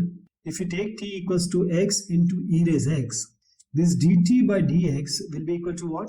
You know how to differentiate this. Take x, e raise x will be e raise x, plus now e raise x, differentiation of x will be 1. You can take e raise x common, you will get x plus 1 inside, and then dx can be taken on the right, so dt will be equal to e raise x, x plus 1 into dx. This particular thing or this particular relationship can be used because we already have x plus 1 into e raise x in this question. So this e raise x, x plus 1 into dx will become dt. X e raise x you have taken as t. So after this replacement or assumption, this integration will become like this. Log is already there. X e raise x we have taken as t, and then x plus 1 into e raise x along with the dx. All these two terms which I am pointing out, they are simply dt. So just write dt here, and there is a space I left because ultimately you have to integrate this. And how to integrate log t? Integration of log t can happen if you have a assumption that 1 is multiplied by log t, and you assume that 1 is a first function, other is the second function, and it totally depends on the integrability of the function whether it has to be taken as the second function. So we'll take log t as the first function and 1 as the second function. When we apply the formula, log will be coming first, log t, integration of this 1 which is 1 dot dt minus integration of differentiation of this log t will be done, and log t differentiation is simply 1 by t, you already know that, and then the integration of 1 dot dt, and once this is done, all the result will be integrated again with respect to dt. So we have log t here, integration of 1 dot dt will only be t, minus integration of 1 dot dt will be t, d by dt, that is differentiation of log t will be 1 by t cancels with t, only 1 will remain. So you are actually integrating dt here. 1 dot dt is integration of dt which will be t plus constant of integration. Now we have already assumed something, x into e raise x. So the replacement has to be done. Wherever you find t, replace it with x into e raise x. You can also do one more thing in order to simplify it. You can take t common. When you take t common, log t minus 1 plus constant of integration can be seen. Now replacement, t is x raise e raise x. This is log, in the place of t, write x into e raise x minus 1. Let me change the bracket in order to show you the clear separation between these two. And then of course with a constant of integration. That is your final answer. Now this is the result, and these are the step-by-step explanation which I have already gave it to you. And you must follow this, because if you understand x into e raise x differentiation is x plus 1 into e raise x, this question is easy. Now this sine inverse 3x minus 4x cube, and one more question is coming up which have the same kind of say ambience, because sine 3 theta and cos 3 theta, especially in the context of inverse trigonometric function, if we are aware of that, this question will be quite easy. So the formula has to be learned. They have to be learned by heart so that these type of question can be approached. If you take x equals to sine theta here, now this x equals to sine theta, if you differentiate this, dx by d theta will be cos theta. That means dx is equal to cos theta d theta. But x was taken as sine theta. So from here theta can be computed, so theta will be sine inverse x. Now this integration will give you sine inverse. Inside this, because x was taken as sine theta, I am replacing it now. 3 sine theta minus 4 into x cube will be sine cube theta, and then we have a dx also. So since we have converted everything to theta, dx also has to be written as cos theta d theta. From here to here, you already know the formula which I intimated you earlier. It's just sine 3 theta. So sine inverse into sine 3 theta is just 3 theta. Let me write it in a formal way. Sine inverse sine 3 theta and the remaining is cos theta d theta. This sine and sine inverse can be cancelled. Only 3 theta cos theta d theta will remain. Because 3 is a constant, I will take it outside the integration sign. Theta cos theta d theta is to be integrated. Now this is the start of the question. Because previous one were only the simplification in order to integrate it. So just assume that we are integrating x cos x cos x dx. Just as imagine that. There is only a change. X was taken as theta. There is nothing else being changed. So we'll take x as the first function, cos x as the second function. So theta as the first function and cos theta as the second function. This 3 is a constant. I will keep it in temporary storage. I will recall it whenever it is required. So first theta, integration of cos theta d theta minus integration or differentiation of theta first, then the integration of cos theta d theta, and the final of these two will be integrated again with respect to d theta. What is the integration of cos theta? It's sine theta. So theta sine theta minus integration of what is d by d theta of theta is 1. Cos theta we have just done sine theta, so you are integrating sine theta d theta again. So I am doing it here right now. Theta sine theta has already been done. We'll just replace this theta at a proper time. But we need to deal with this integration of sine theta d theta. Sine theta is minus cos theta. So this will become positive cos plus cos theta plus c. Now theta is sine inverse x. Wherever you want to replace it, you need to replace it. We have sine inverse x in place of theta. Sine theta was taken as x. Let me write x here. Plus cos theta. Now cos x was taken as sine theta. So you have to convert this cos theta in such a way so that you get that x in sine theta. Sine square plus cos square is 1. You already know that. Cos square is equal to 1 minus sine square. Cos can be written as under root 1 minus sine square. And sine square is what? It's x. So it's x square. Cos theta can be written as under root 1 minus x square. So let me replace this cos theta by under root 1 minus x square and plus constant of integration. And this all is along with a 3 because 3 was also there a constant. So when you multiply it by 3, this is the final result. Okay, so this is the way you are going to solve it. I tried to explain in very detail, and this is the short way you can do it. Now in this question also, the trigonometric identities and relationships, especially in terms of inverse trigonometric functions, are of very pivotal role. Sine 2 theta can be written as 2 tan theta divided by 1 plus tan square theta, as cos 2 theta can be written as 1 minus tan square theta by 1 plus tan square theta. So there are two separate formula which I just mentioned, and this sine 2 theta, this is what we are going to use it in order to make it simpler.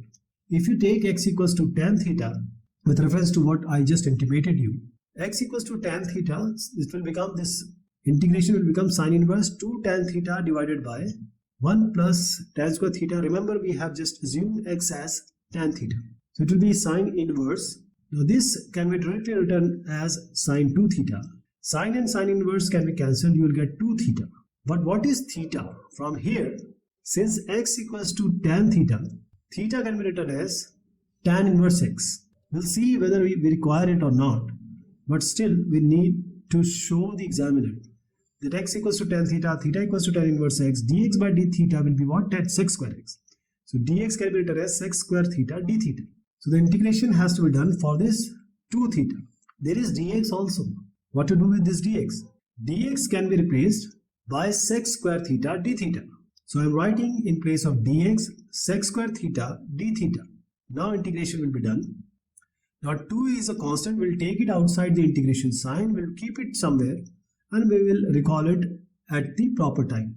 Theta sec square theta, this question has already been done because we are at the 36th question. So the previous questions we have already done, but for the sake of completion, I'll do it now here also. So this integration will be something like this: theta sec square theta d theta. Now first thing is which will be the first function, which will be the second function. theta will be the first function we'll take, and sec square theta remains the second function. So applying the formula, theta first, then sec square theta integration minus integration of d by d theta of theta, again the integration of sec square theta. It's not 2 theta, I'll just change it, it's just theta, and then the d theta. Sec square theta integration will be tan theta directly. So let me first change this 2 theta to theta, because it's actually sec square theta we are dealing with. Now let's continue. Theta tan theta minus integration of d by d theta will be 1. Integration of sec square theta is tan theta.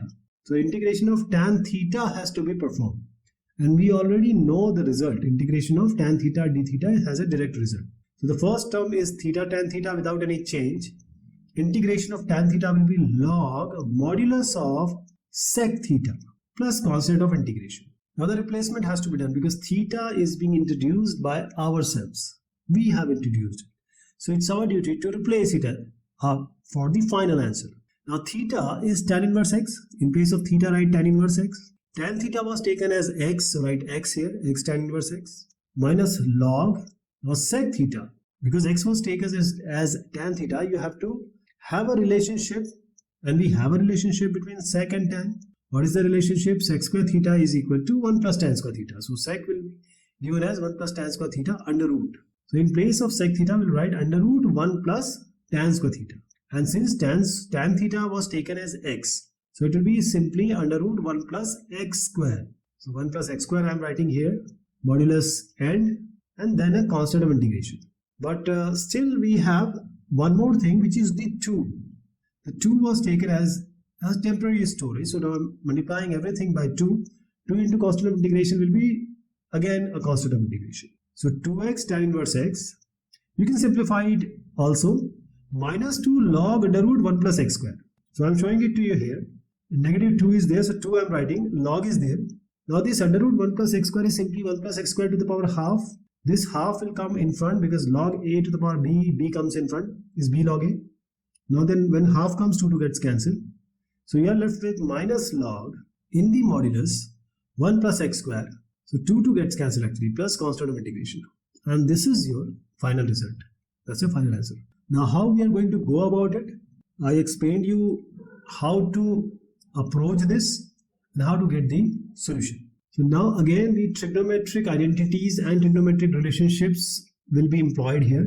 It's a straightforward solution if you remember your earlier classes. Tan inverse 3x minus x cubed divided by 1 minus 3x square is simply 3 tan inverse x. It's a relationship. This what we have received to integrate is simply 3 tan inverse x.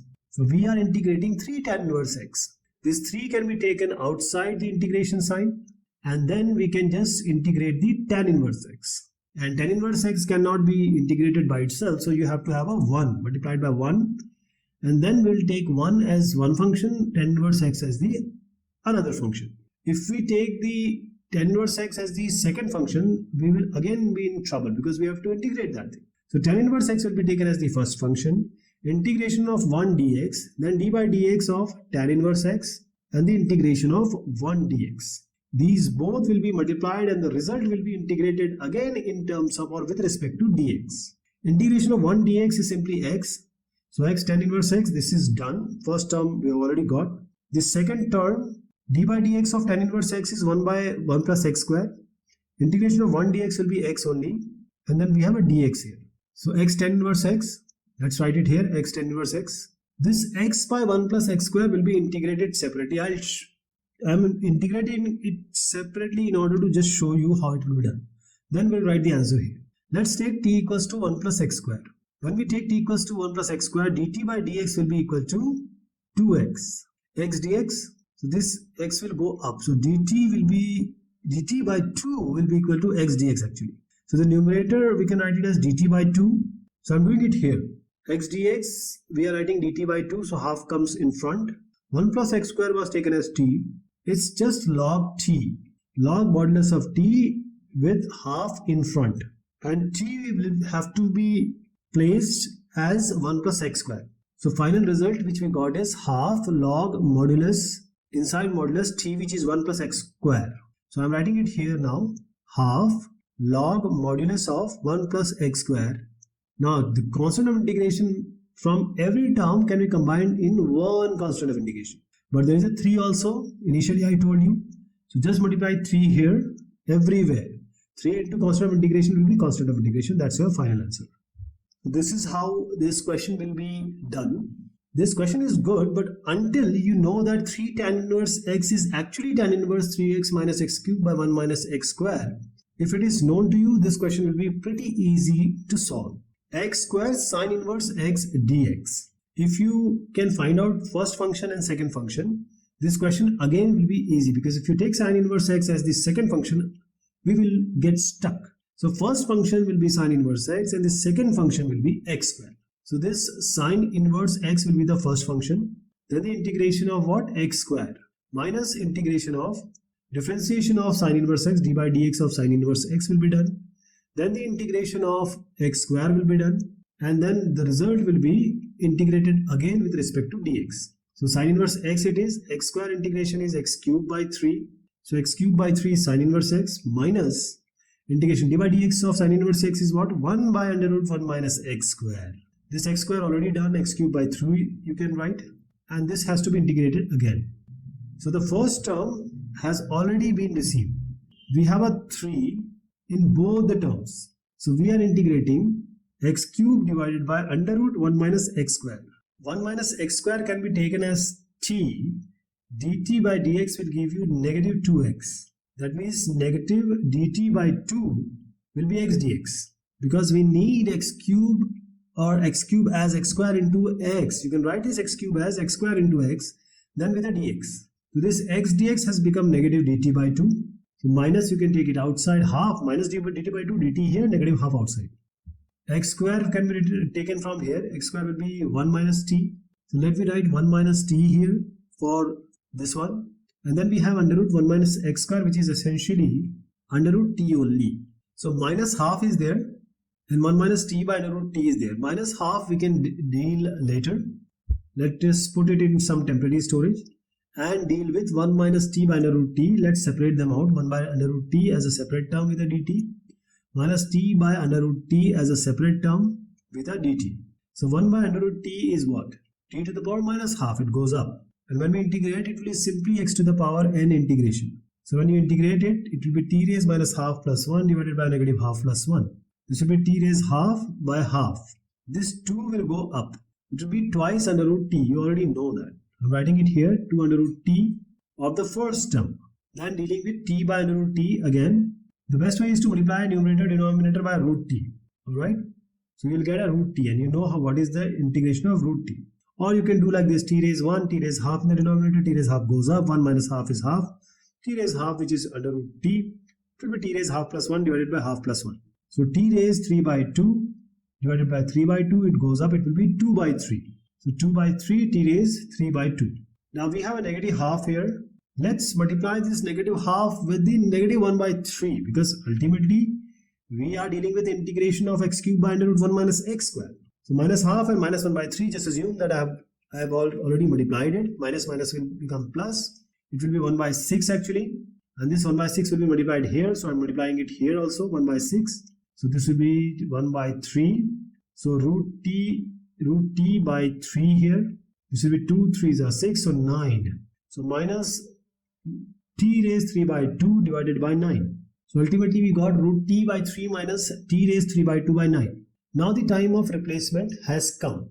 We have already dealt with 1 by 3. We have dealt with negative half. So this needs to be replaced here. So x cubed by 3 sine inverse x remains unchanged. We haven't changed it as of now. It needs not to be changed also. So what is t? Because t was a 1 minus x square. So you can write this under root 1 minus x square by 3 minus 1 by 9. T raised 3 by 2 will be what? So t is 1 minus x square. So 1 minus x square to the power 3 by 2. Keep it like this. Don't worry about any simplification here. So 1 minus x square to the power 3 by 2. So these two terms are to be appended after this term, and that will be your final result. So let me write it under root 1 minus x square by 3 minus 1 minus x square divided by 9, and this 1 minus x square has a power 3 by 2 plus constant of integration. It's your final result. Okay. So the question we have just completed, this is the formal reference of this question which you may follow whenever you are trying to do it by yourself. Now this sine inverse x divided by x square. So we have a sine inverse. We have to first of all get rid of this inverse. Then only we'll be able to integrate it properly. So we'll put x equals to sine theta. When we take x equals to sine theta, this theta will become sine inverse x. When we differentiate this, dx by d theta will give cos theta. That means dx will be equal to cos theta d theta, because ultimately we have to do something for dx as well. Dx will become cos theta d theta. Now we'll integrate it. And sine inverse x, because sine inverse x is theta, so we'll write theta. Dx will be written as cos theta d theta. Now how about x square? X square is what? X was taken as sine theta, so it will be sine square theta. So let me write sine square theta in the denominator. Now what is the benefit of doing this? We will separate these two terms or multiple terms. Theta will write like that. We have a cos theta, so we'll have a sine theta in the denominator. Then cos theta we have utilized. So only sine theta is left in the denominator. So we have a theta. Cos by sine will give you cot theta, and 1 by sine theta will result in cosec theta. And we know the differentiation of cosec theta, it's cosec theta cot theta. You already know that. An integration of cosec theta cot theta can also be done. So there are two ways we can approach it.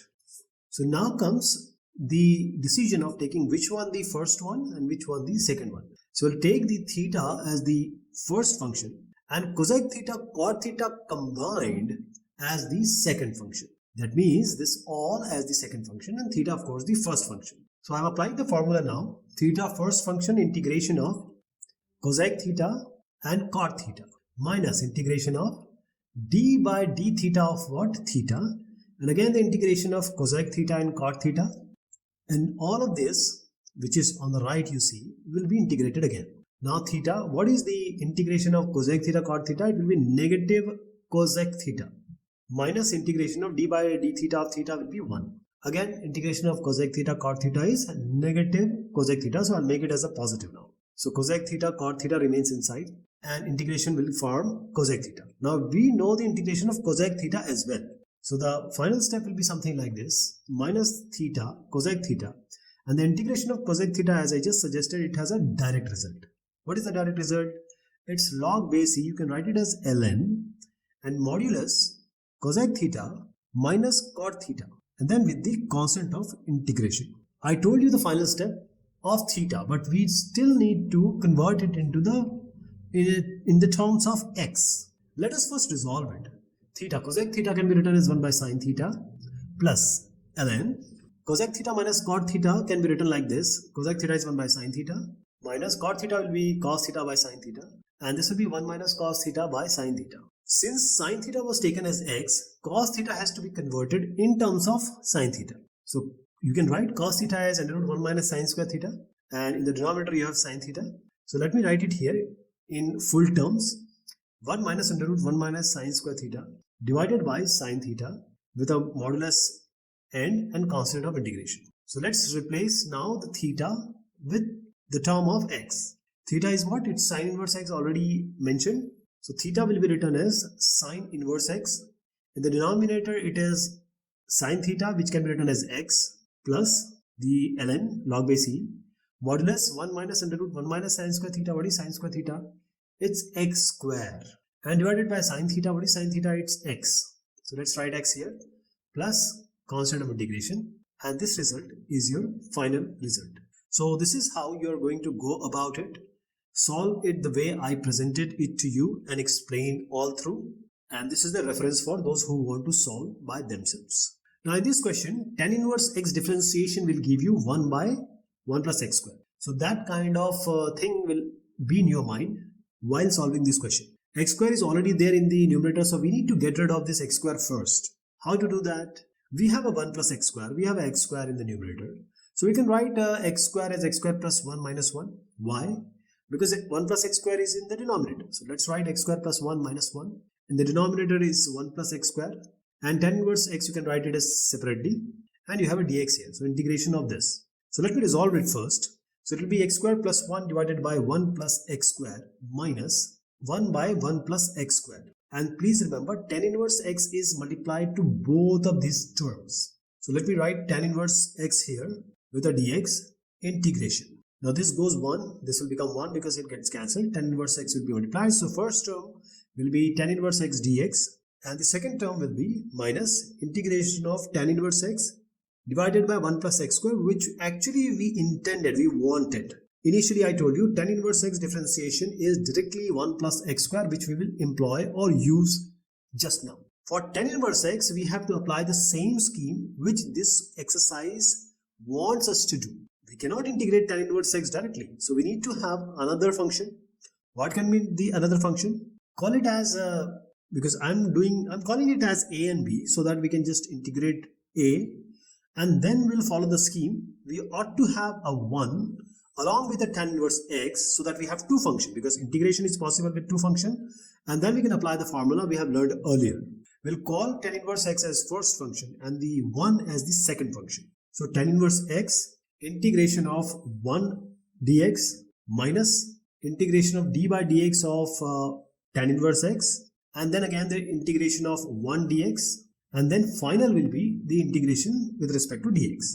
Now this 1 dx will be simply x, and tan inverse x is already there, minus tan inverse x differentiation is 1 by 1 plus x square. So we have 1 by 1 plus x square here.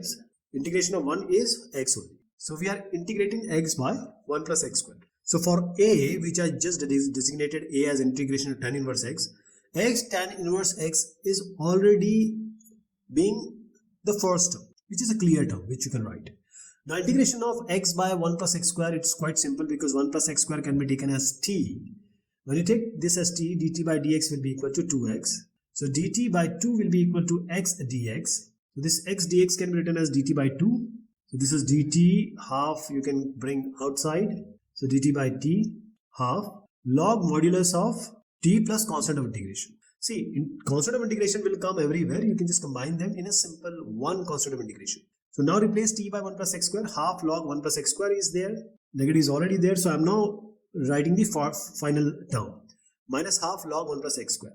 Now the b, which I designated as b, that needs to be solved. It's quite simple because tan inverse x, directly we have dx by 1 plus x square.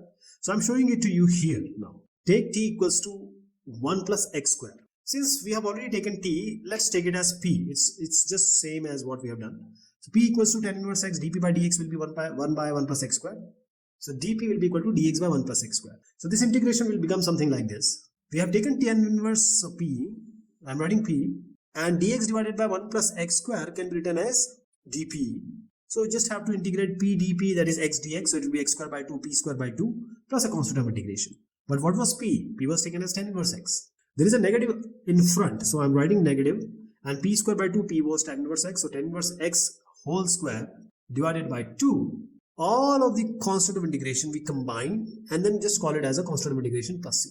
So I told you each and every aspect of this question, that is every part which has to be integrated separately, and that's your final answer. Now how to do this, it's in front of you. It's a good question. Let me tell you first. And the written material, what you see here, reference, is your responsibility. I can tell you how to solve this, logic reasoning, but the writing is your responsibility, that you have to follow very clearly and very diligently. In the previous questions, one of the questions I told you that there will be a formula of cos 3 theta and sin 3 theta. So we have here cos inverse 4x cube minus 3x. That means in order to get rid of this inverse, we need something inside.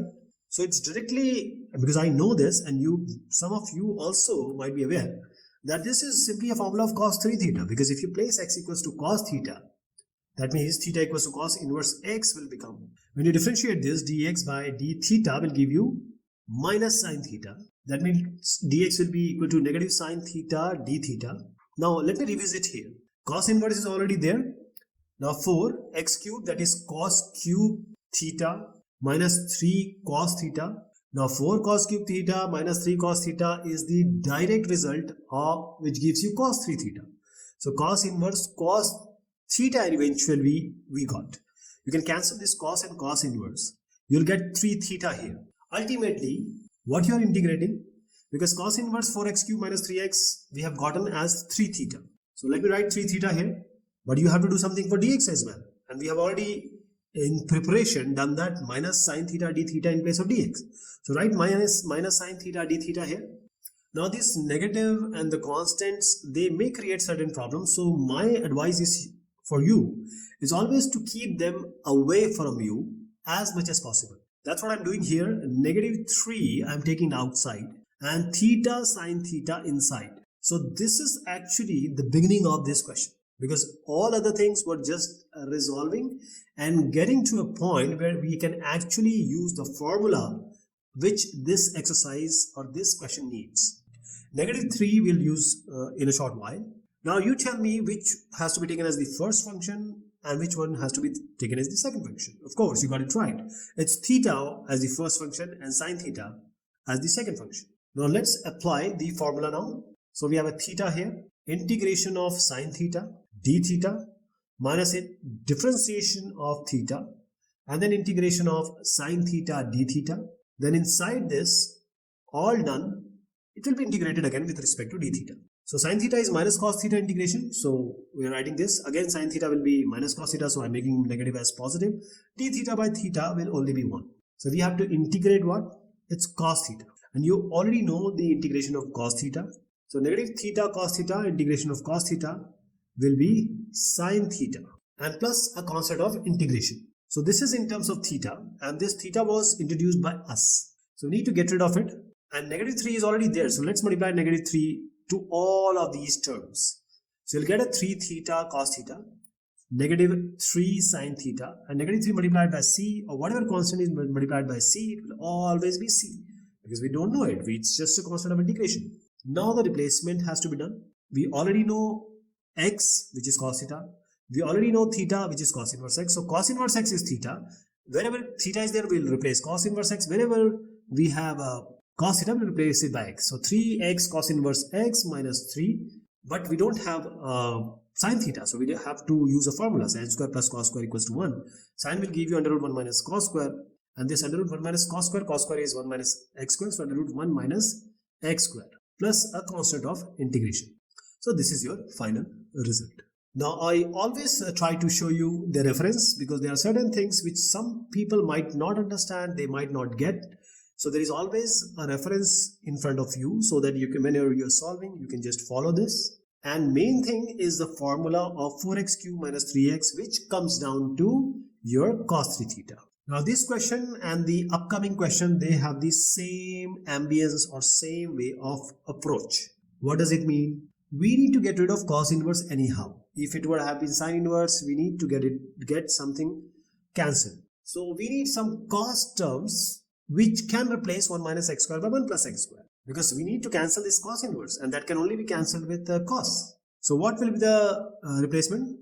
In inverse trigonometry, it's a direct result. That means this cos inverse 1 minus x square by 1 plus x square is directly 2 tan inverse x. It's just twice of tan inverse x. So you are ultimately integrating twice at tan inverse x here.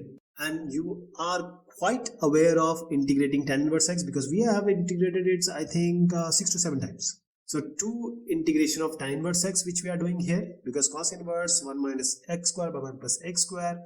Let me reiterate, it's just 2 tan inverse x from our previous knowledge of inverse trigonometric functions. Now tan inverse x cannot be integrated like that. You have to have a 1.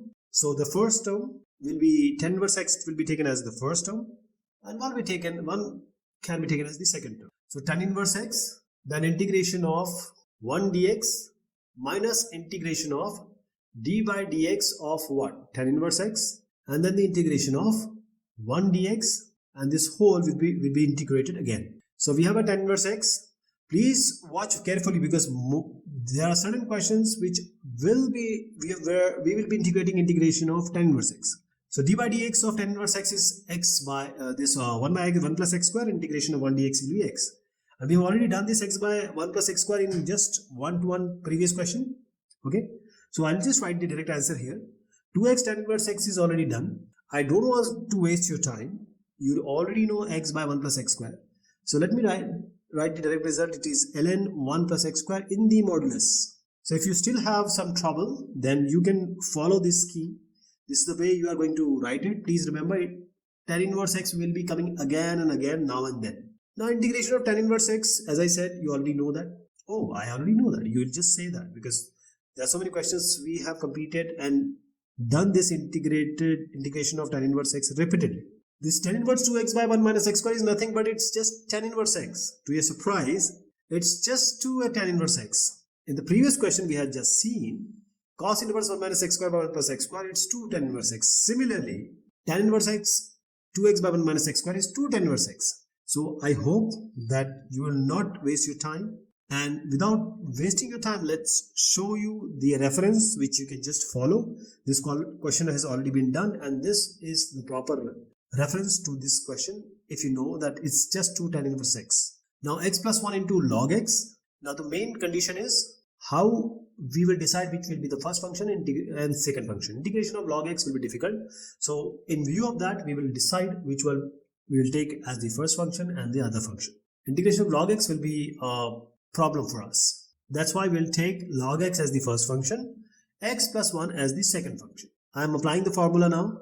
Log x as the first function, log x integration of x plus 1 dx minus integration of d by dx of log x, integration of again x plus 1, and this is in terms of dx. So this is log x, x plus 1 will be x square by 2 plus x. That means you can just do it like this. X plus 1 dx can be integrated like this. You can separate these two terms, x dx and 1 dx. X will give you x square by 2 and 1 dx will give you x. So write it here, x square by 2 plus x minus integration of d by dx of log x will be 1 by x, and x plus 1 we have just done it. So you can directly write without again integrating x square by 2 plus x, and this in terms of dx. Now if you multiply this x with x square by 2 plus x, what are you going to get? It will be x by 2 plus 1, and let's integrate it now. X square by 2 that is x square by 4 plus x. Now just write it here. There is no other catch here. This question is very straightforward. X square by 2 plus x I am writing in front. Then we have a log x minus, and just subtract these. So minus x square by 4 minus x plus constant of integration. This is your final answer. So that's how you are going to go about it. Don't forget to write English things here, English sentences here. X square tan inverse x. First function and second function. That is the main key. Now if we take or if we encounter in integration of tan inverse x, that will be an issue. So we'll take tan inverse x as the first function and x square will be our second function. What does it mean? I'm applying the formula directly now. Tan inverse x will be the first function. Then it is followed by the integration of x square with dx. Integration of, now inside this integration there will be two terms. First will be the differentiation of tan inverse x, that is the first function, and the integration of the second function, which is x square dx. Now once this is done, these both separate entities will be multiplied and result will be integrated again. So this x square is going to give you x cube by 3. That's a simple integration. Tan inverse x remains as it is. D by dx or differentiation of tan inverse x will be 1 by 1 plus x square. And integration of x square will be x cube by 3. X cube by 3 tan inverse x already being done. Now we will deal with x cube by 1 plus x square because 1 by 3 I have taken outside now. So this is x cube divided by 1 plus x square. X cube can be written as x square into x. 1 plus x square can be taken as t now. dt by dx will be equal to twice of x. That means dt by 2 will be equals to x dx. So we are actually integrating with respect to dx. So we have got x dx now. We have to deal with x square and 1 plus x square, or we need to replace them. X dx is directly dt by 2. So let me write dt half I am taking outside. X cube we have written as x square and x. So x square is there. X square can be computed or formulated from here. X square will be t minus 1. So let's write t minus 1 here. In the denominator it will be 1 plus x square, that was taken as a t. And this is a very simple integration. Just need to formulate two terms and integrate them separately. This half is already there. So I'm here itself combining this 1 by 3 into 1 by 2, that will be 1 by 6. Please remember, I am doing it to explain. You have to do it in different steps. Now this integration separation t by t minus 1 by t.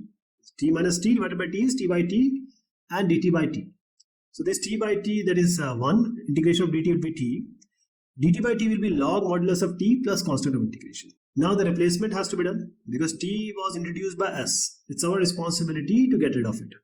So t is 1 plus x square minus log and modulus of t, which is modulus of 1 plus x square plus a constant of integration. Now we have 1 by 6 already there because we have integrated x cube by 1 plus x square. This is the result of that one. Half already taken with 1 by 3, 1 by 6 we already got. So x cube by 3 tan inverse x, and all other terms which are coming up will be multiplied by negative 1 by 6. So just multiply everything by negative 1 by 6. This will be plus 1 by 6. Okay. Now you need to separate them out because there will be constant term appearing. What I am trying to suggest is negative 1 by 6 multiplied by 1 plus x square will be negative 1 by 6 minus x square by 6. This negative 1 by 6 can be combined with the constant of integration c, and we can call it as c prime. So remaining is negative x square by 6, this we have taken, and 1 by 6 will come along with this log 1 plus x square. So let's write log modulus of 1 plus x square, and as I was suggesting, negative 1 by 6 along with the constant of integration will form constant of integration, which is c prime. Just tell the examiner that c prime we have taken as c minus 1 by 6. So this is your final result. Alright. Now this is the step-by-step reference of what I just explained. There are certain steps which I didn't use because I was explaining, or I combined, but this is the way to actually solve this question. Now next one seems to be, you might be tempted to multiply e log x with cos x, taking it as a separate term, sin x with cos x, taking it as a separate term, and dividing and conquering and integrating them separately. But if you know the exponential and the log theory, you know that e to the power log base ex simply is x. This we have already touched upon in detail in our log and exponential discussions. Even if a raised log base ax is there, then also x will come. So don't worry about e raised log x, assume it just to be x. It's x actually. Now we have a sin x multiplied. So every time you have to use this integration sign, I'm just trying to tell you how we can separate them out. Now multiply cos x inside with x and sin x separately, and now deal with them in a separate way. So we have two different terms or two different integrals that needs to be combined later on. One is x cos x, one is sin x cos x. So let's call this x cos x as a and sin x cos x as b. So a is x cos x integration. I'm dealing it with separately. X will be the first term and cos x will be the second term. So integration of cos x now minus integration of what will be there, d by dx of x, and integration of cos x dx, and the result will be again integrated. Cos x is what? Is simply sin x. So x sin x minus d by dx of x will be 1. Integration of cos x will be sin x. But we have to integrate it again with respect to dx. So integration of sin x will be negative cos x. So minus minus plus, that is why I have written plus cos x. This you have to do in separate steps. I have just combined them because I am explaining how this integration will come out, and then along with the constant of integration. So a is this one already done. Now coming to this b, which is the second term of this integration. We have sin x cos x, multiply it by half, so you have a 2 inside. So 2 sin x cos x will be sin 2x. So we need to integrate sin 2x now. Integration of sin 2x will be simply minus cos 2x. 2 is already there in the denominator. Then this 2x has to be differentiated and the result will be divided. So you have 2 in the denominator as well. So when you combine this, it will be negative cos 2x by 4. But the thing is, there is no cos 2x or sin 2x term in the question. So we cannot have cos 2x in the answer because cos 2x can be disintegrated. It can be changed in the form of sin x and cos x. You already know that. So don't keep it like this. Cos 2x is simply 1 minus 2 sin square x. This formula is quite known to us. Cos 2x is 1 minus 2 sin square x. Now divide by 4. Negative is already there. So multiply with negative. Negative 1 by 4 plus 2 sin square x by 4. Now in the previous question I told you that the constant of integration can be combined with any constant which you encounter.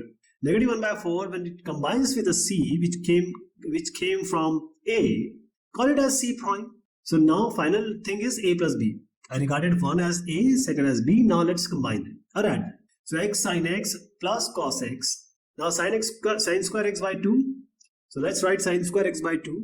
And since the c from A and negative 1 by 4 from B, we combine them and we call them as c prime.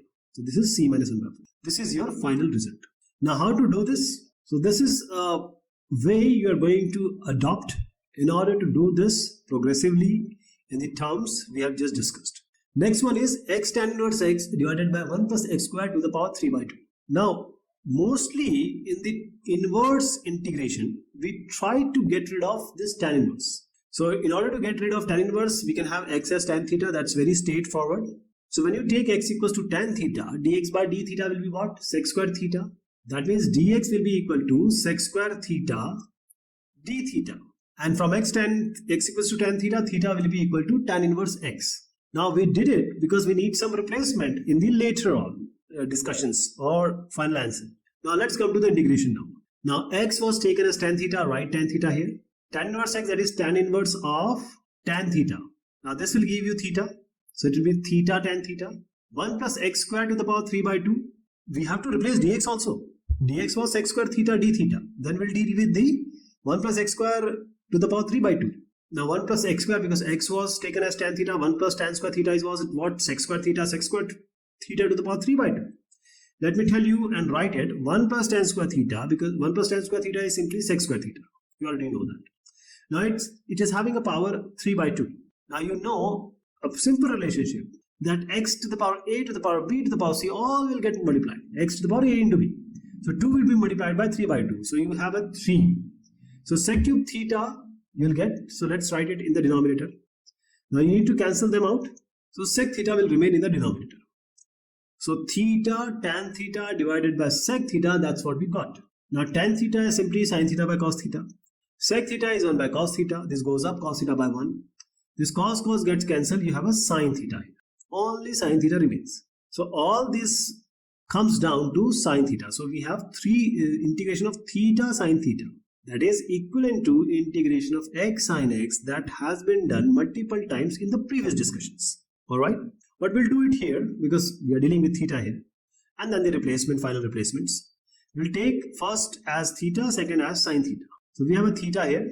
Integration of this sin theta minus integration of d by d theta of theta and multiplication of sin theta and d theta, this integration of that. And that will be integrated again.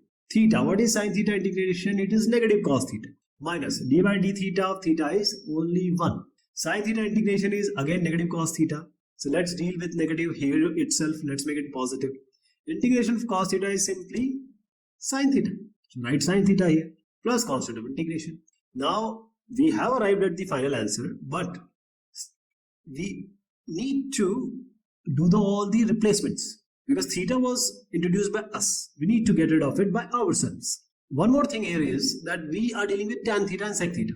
We don't want to deal with cos theta and sin theta because cos theta can be written as 1 by sec theta, sin theta can be written as 1 by cosec theta. Now what is sec theta?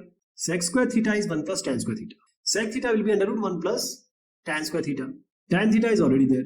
So this sec theta will be under root 1 plus tan square theta, which is 1 plus x square.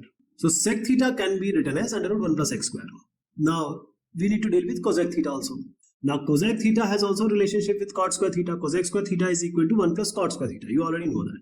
These are very basics which we learn in 9th and 10th standards. So cosec theta will be equal to under root 1 plus cot square theta. But we have tan theta as x. So we have to convert this cot into tan. If tan is x, cot will be 1 by x. That means cot theta will be simply inversion of the x. So you can write it as under root 1 plus 1 by x square. So this will give you x square plus 1 by x square under root x.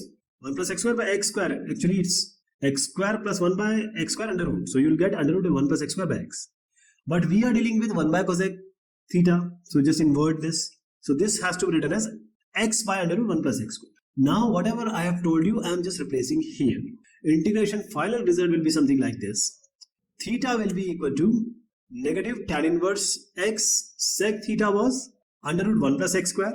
1 by cosec theta will be written as x by under root 1 plus x square. X by under root 1 plus x square and plus constant of integration. This is your final integration. So this is your final result, or you can say that this is how you are going to go about it. There are certain explanation which I gave that are very obvious, but if you know it, it's better. Otherwise, just do it on the right hand side to show the example. Now sin inverse under root x, cos inverse under root x already been done.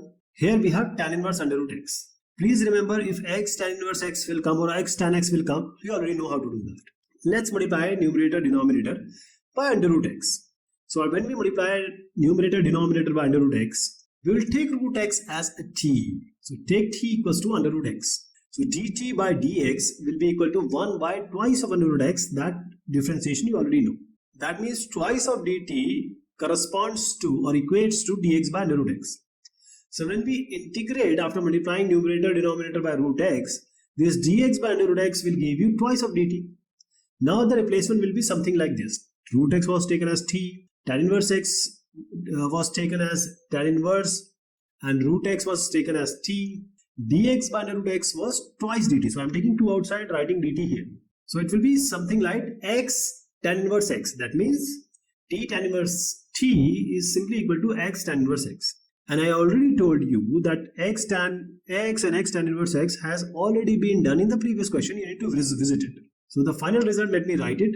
This is just a repeated question. That's why I'm writing the actual result. X tan inverse x was 1 by 2 x plus 1 tan inverse root x minus root x plus constant of integration. Since we have a 2 already outside, multiply this. So integration this inside the square bracket is your final result. Okay, this is the reference in front of you. All right.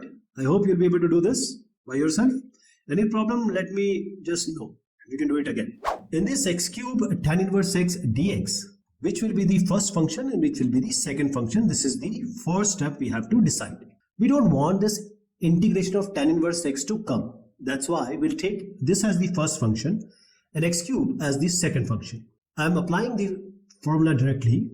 It's tan inverse x integration of x cube minus integration of first differentiation of tan inverse x followed by the integration of x cube, and then after the combination or multiplication of these two, we'll integrate it again. So tan inverse x integration of x cube will be x to the power 4 divided by 4 minus what is the differentiation of tan inverse x? It will be 1 by 1 plus x square, which is obvious, you already know that. X cube will be similar to what we have just done, x raised 4 by 4. Now we have to integrate it again in terms of dx. Now this first term is already been done. So we will deal with the second term, and that will be done separately. I'm going to show you separately. So I'm taking this 1 by 4 out for time being. I'm calling this as a and integrating it. So we are integrating x raised 4 divided by 1 plus x square in terms of dx. Now there are different types of approach you can apply. You can call it as x squared to the power square, and you can take 1 plus x square as t or x square as t, and then you can go forward. But there is a better solution that you can just add as 1 and subtract a 1. That is, you know a squared minus b squared is a plus b into a minus b. That formula is quite known to us. Let's use this formula here. So x raised 4 minus 1 divided by 1 plus x square. I'm separating these two terms. Plus 1 divided by 1 plus x square. Now this first numerator will become x square whole square minus 1 whole square. So it's basically a square minus b square, and we are employing that formula which I just intimated you. This will be x square minus 1 into x square plus 1 divided by 1 plus x square. And 1 by 1 plus x square is already there. And we'll integrate them now. But before that, you already know tan inverse x differentiation is 1 by 1 plus x square. So you already know what is going to come for the second term which we are doing. 1 plus x square I'm cancelling. So you just have to integrate x square minus 1. It's a very simple integration of x square minus integration of 1, which is in terms of dx. Plus integration of 1 by 1 plus x square. Now dx is everywhere. You need to write that. This will be x cubed by 3, the first term. Second term will be simply x. The third term will be tan inverse x.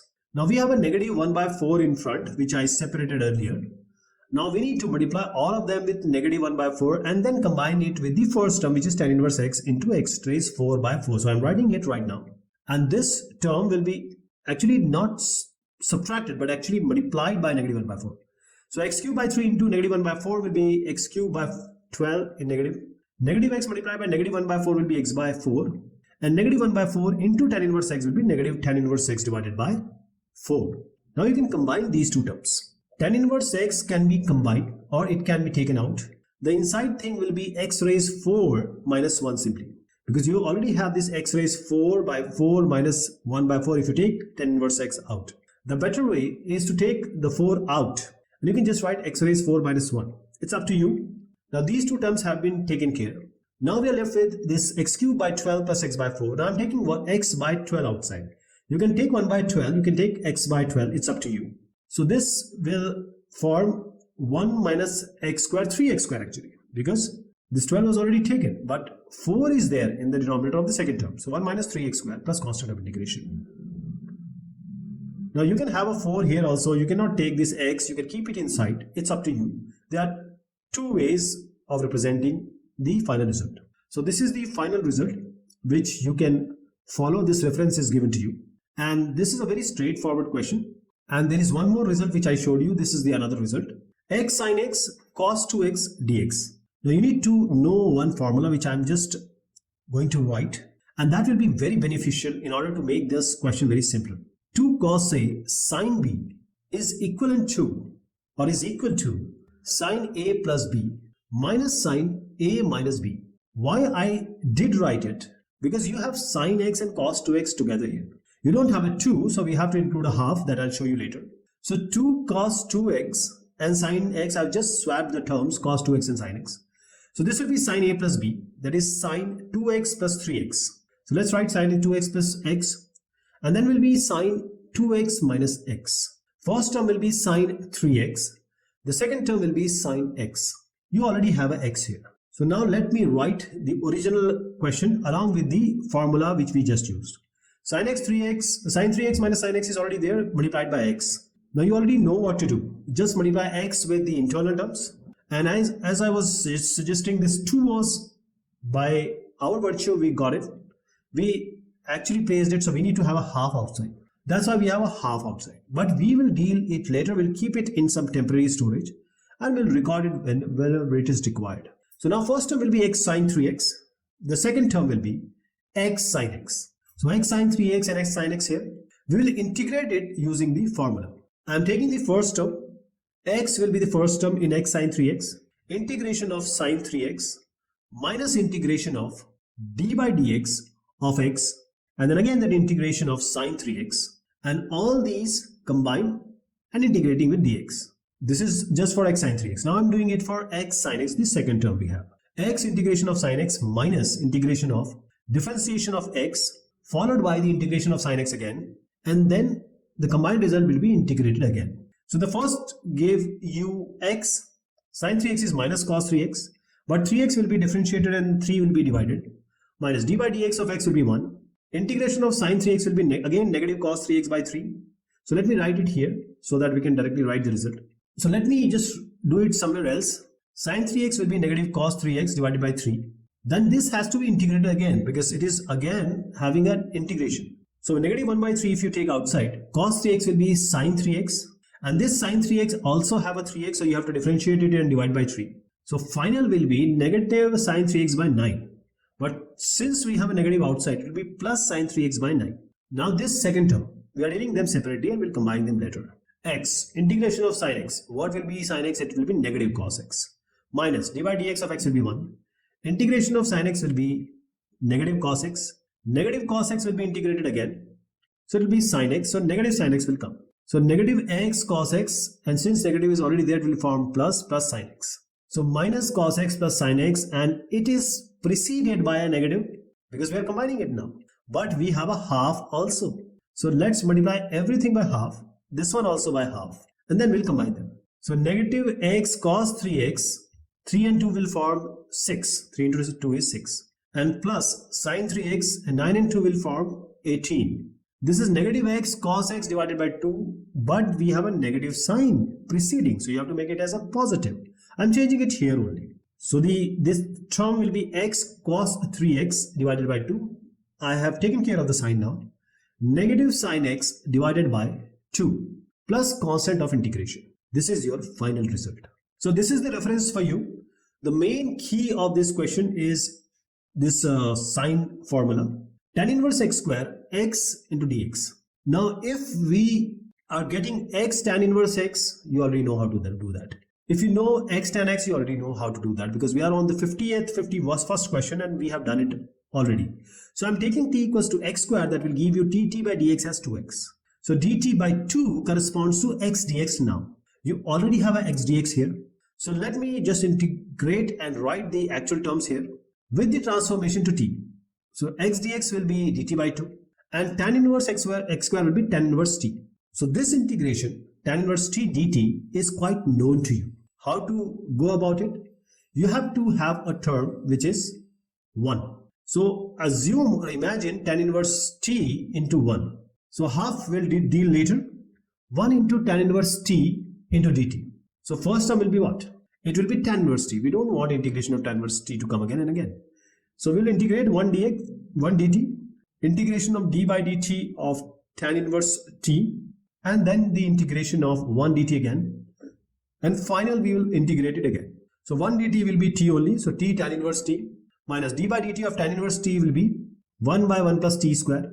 Integration of dt will be t and then the dt. Now I'm doing it separately. 1 plus t square will take as say some p. dp by dt will be equal to twice t. So dp by 2 will be t dt because we have t dt in the numerator. So we can replace it by dp by 2 now. dp here half goes in the front. 1 plus t square is p. So dp by p will be log modulus of p. Half log modulus of p. So half log p was taken as 1 plus t square. So let me write it here. T tan inverse t minus, as we have already exchanged p with 1 plus t square. So half log 1 plus t square will come. It will be negative half log 1 plus t square. And then with a constant of integration. So plus c will write. The only thing remaining is that t was taken as x square earlier. Half has to be multiplied, so I'm just multiplying everything by half, and then the final replacement of t as x square. So half x square tan inverse x square minus 1 by 4 log 1 plus t square is x square, that is x to the power 4 plus constant of integration, and this is your final result. All right. So this is very straightforward because if you are following these 50 questions previously you discussed, this will be quite easier for you. So unless you know the previous formulas, it will be very difficult. Now we have x sin inverse x divided by under root 1 minus x square dx. So first thing is we want to get rid of this inverse, sin inverse x. For that we'll take x as sin x. That is the best way we can go about, or we can proceed. Let's take x equals to sin theta. So this sin inverse x will be theta. When we differentiate x equals to sin theta, dx by d theta will be equal to cos theta. So dx is equal to cos theta d theta. So the integration will be something like this. X will replace by sin theta. Sin inverse x has become theta. And under root 1 minus x square, because dx also is there. So dx can be written as cos theta d theta. So in place of dx I am writing cos theta d theta. Now denominator under root 1 minus x square, so 1 minus sin square theta. 1 minus sin square theta is cos square theta, and under root of cos square theta is cos theta. Please remember this because we are going to use it again. So this cos theta in the denominator. Now it has become so easy. Cos theta get cancelled. You just have theta sin theta d theta, and this has been done numerous times. Because x sin x, x cos x we have dealt already. So I'm writing directly the result. Please understand, I'm not integrating it. You already know that. I'm writing the final result, which is negative cos theta plus sin theta plus constant of integration. Now replacement, theta will be sin inverse x. Cos theta will be under root 1 minus sin square theta, but sin theta is x actually. So it will be under root 1 minus x square. So it can be written as under root 1 minus x square. So under root 1 minus x square. And then we have a sin theta. So plus, what will be sin theta? It will be x plus constant of integration. That is your final result. So this is your reference which you can follow. If you don't know how to do x sin theta or x cos theta, that is a reference for you. But I hope that you already know about that. Now we have sin cube root x dx. There are two things which we have to understand here. We have to deal with the root x and the cube of sine. So let's start with root x. Let's take t equals to root x. And the differentiation of this dt by dx will be 1 by twice of under root x.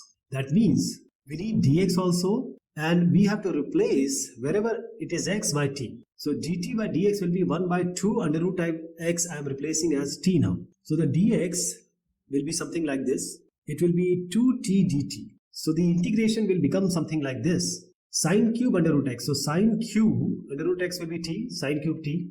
And in place of dx, we will write 2t dt. So 2 I am taking outside, t here and dt here. Now still we cannot proceed with the integration because we still have this sine cube t.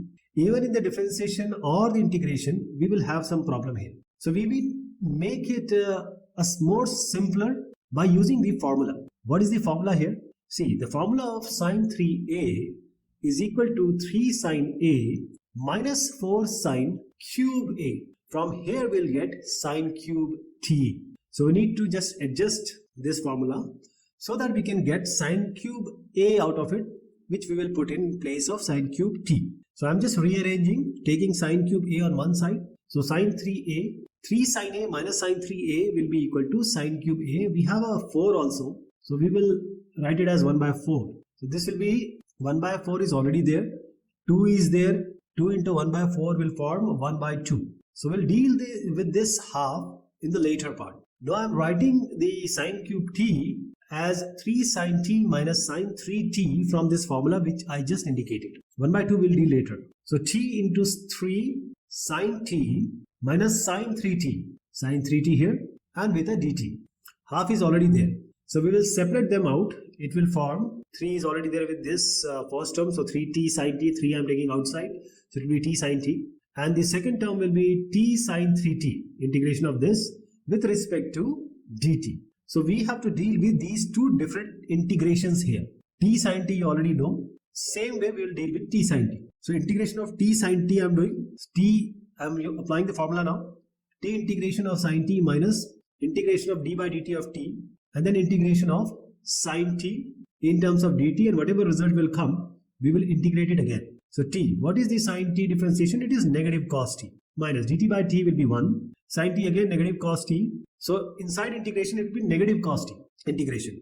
So I am taking this negative, making it positive. Cos t integration is sine t. Double integration will be done. And 3 is already there. So let's multiply everything with 3 here. And please remember half is already there. We'll just take it after we complete the second part or the second integration. So this is t, integration of sine 3t minus integration of d by dt of t. Then again integration of sine 3t with respect to dt. And all of this will be integrated with respect to dt. This will be t. Everything will remain same. Only one thing will change. Since we know sine t is minus cos 3t, 3 will also come in the denominator because 3t differentiation will result in 3. That has to be brought in the denominator. dt by t is t. Sine 3t is negative cos 3t by 3. So I'm taking this negative outside, making it positive. So cos 3t, because sine 3t was negative cos 3t by 3. Again cos 3t will be integrated.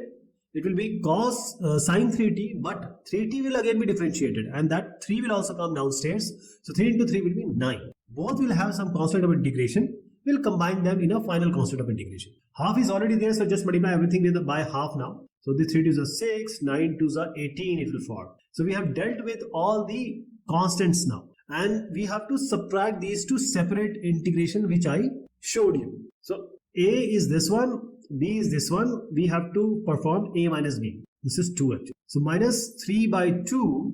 Now same time I'm replacing this t by under root x, which has to be final change. So negative 3 by 2 under root x cos under root x plus 3 by 2 sine again under root x. Now subtracting these two terms, and this will be, because I have already changed the sign, so it will be root x cos 3 under root x divided by 6, and since we change the sign, positive has become negative. So minus sine 3t, 3 under root x divided by 18 plus the constant of integration, and this is your final result of the integration. Now this is how we are going to go about it, and we showed you by dividing these two terms. But this way you have to do everything in a combined way. X sine cube x dx. We have just completed the questions which involves the sine cube x formula. So this sine 3a will be equal to 3 sine a minus 4 sine cube a. Now sine cube x is there, so let me replace everything by x because we are dealing with that only. From here sine cube x will be what?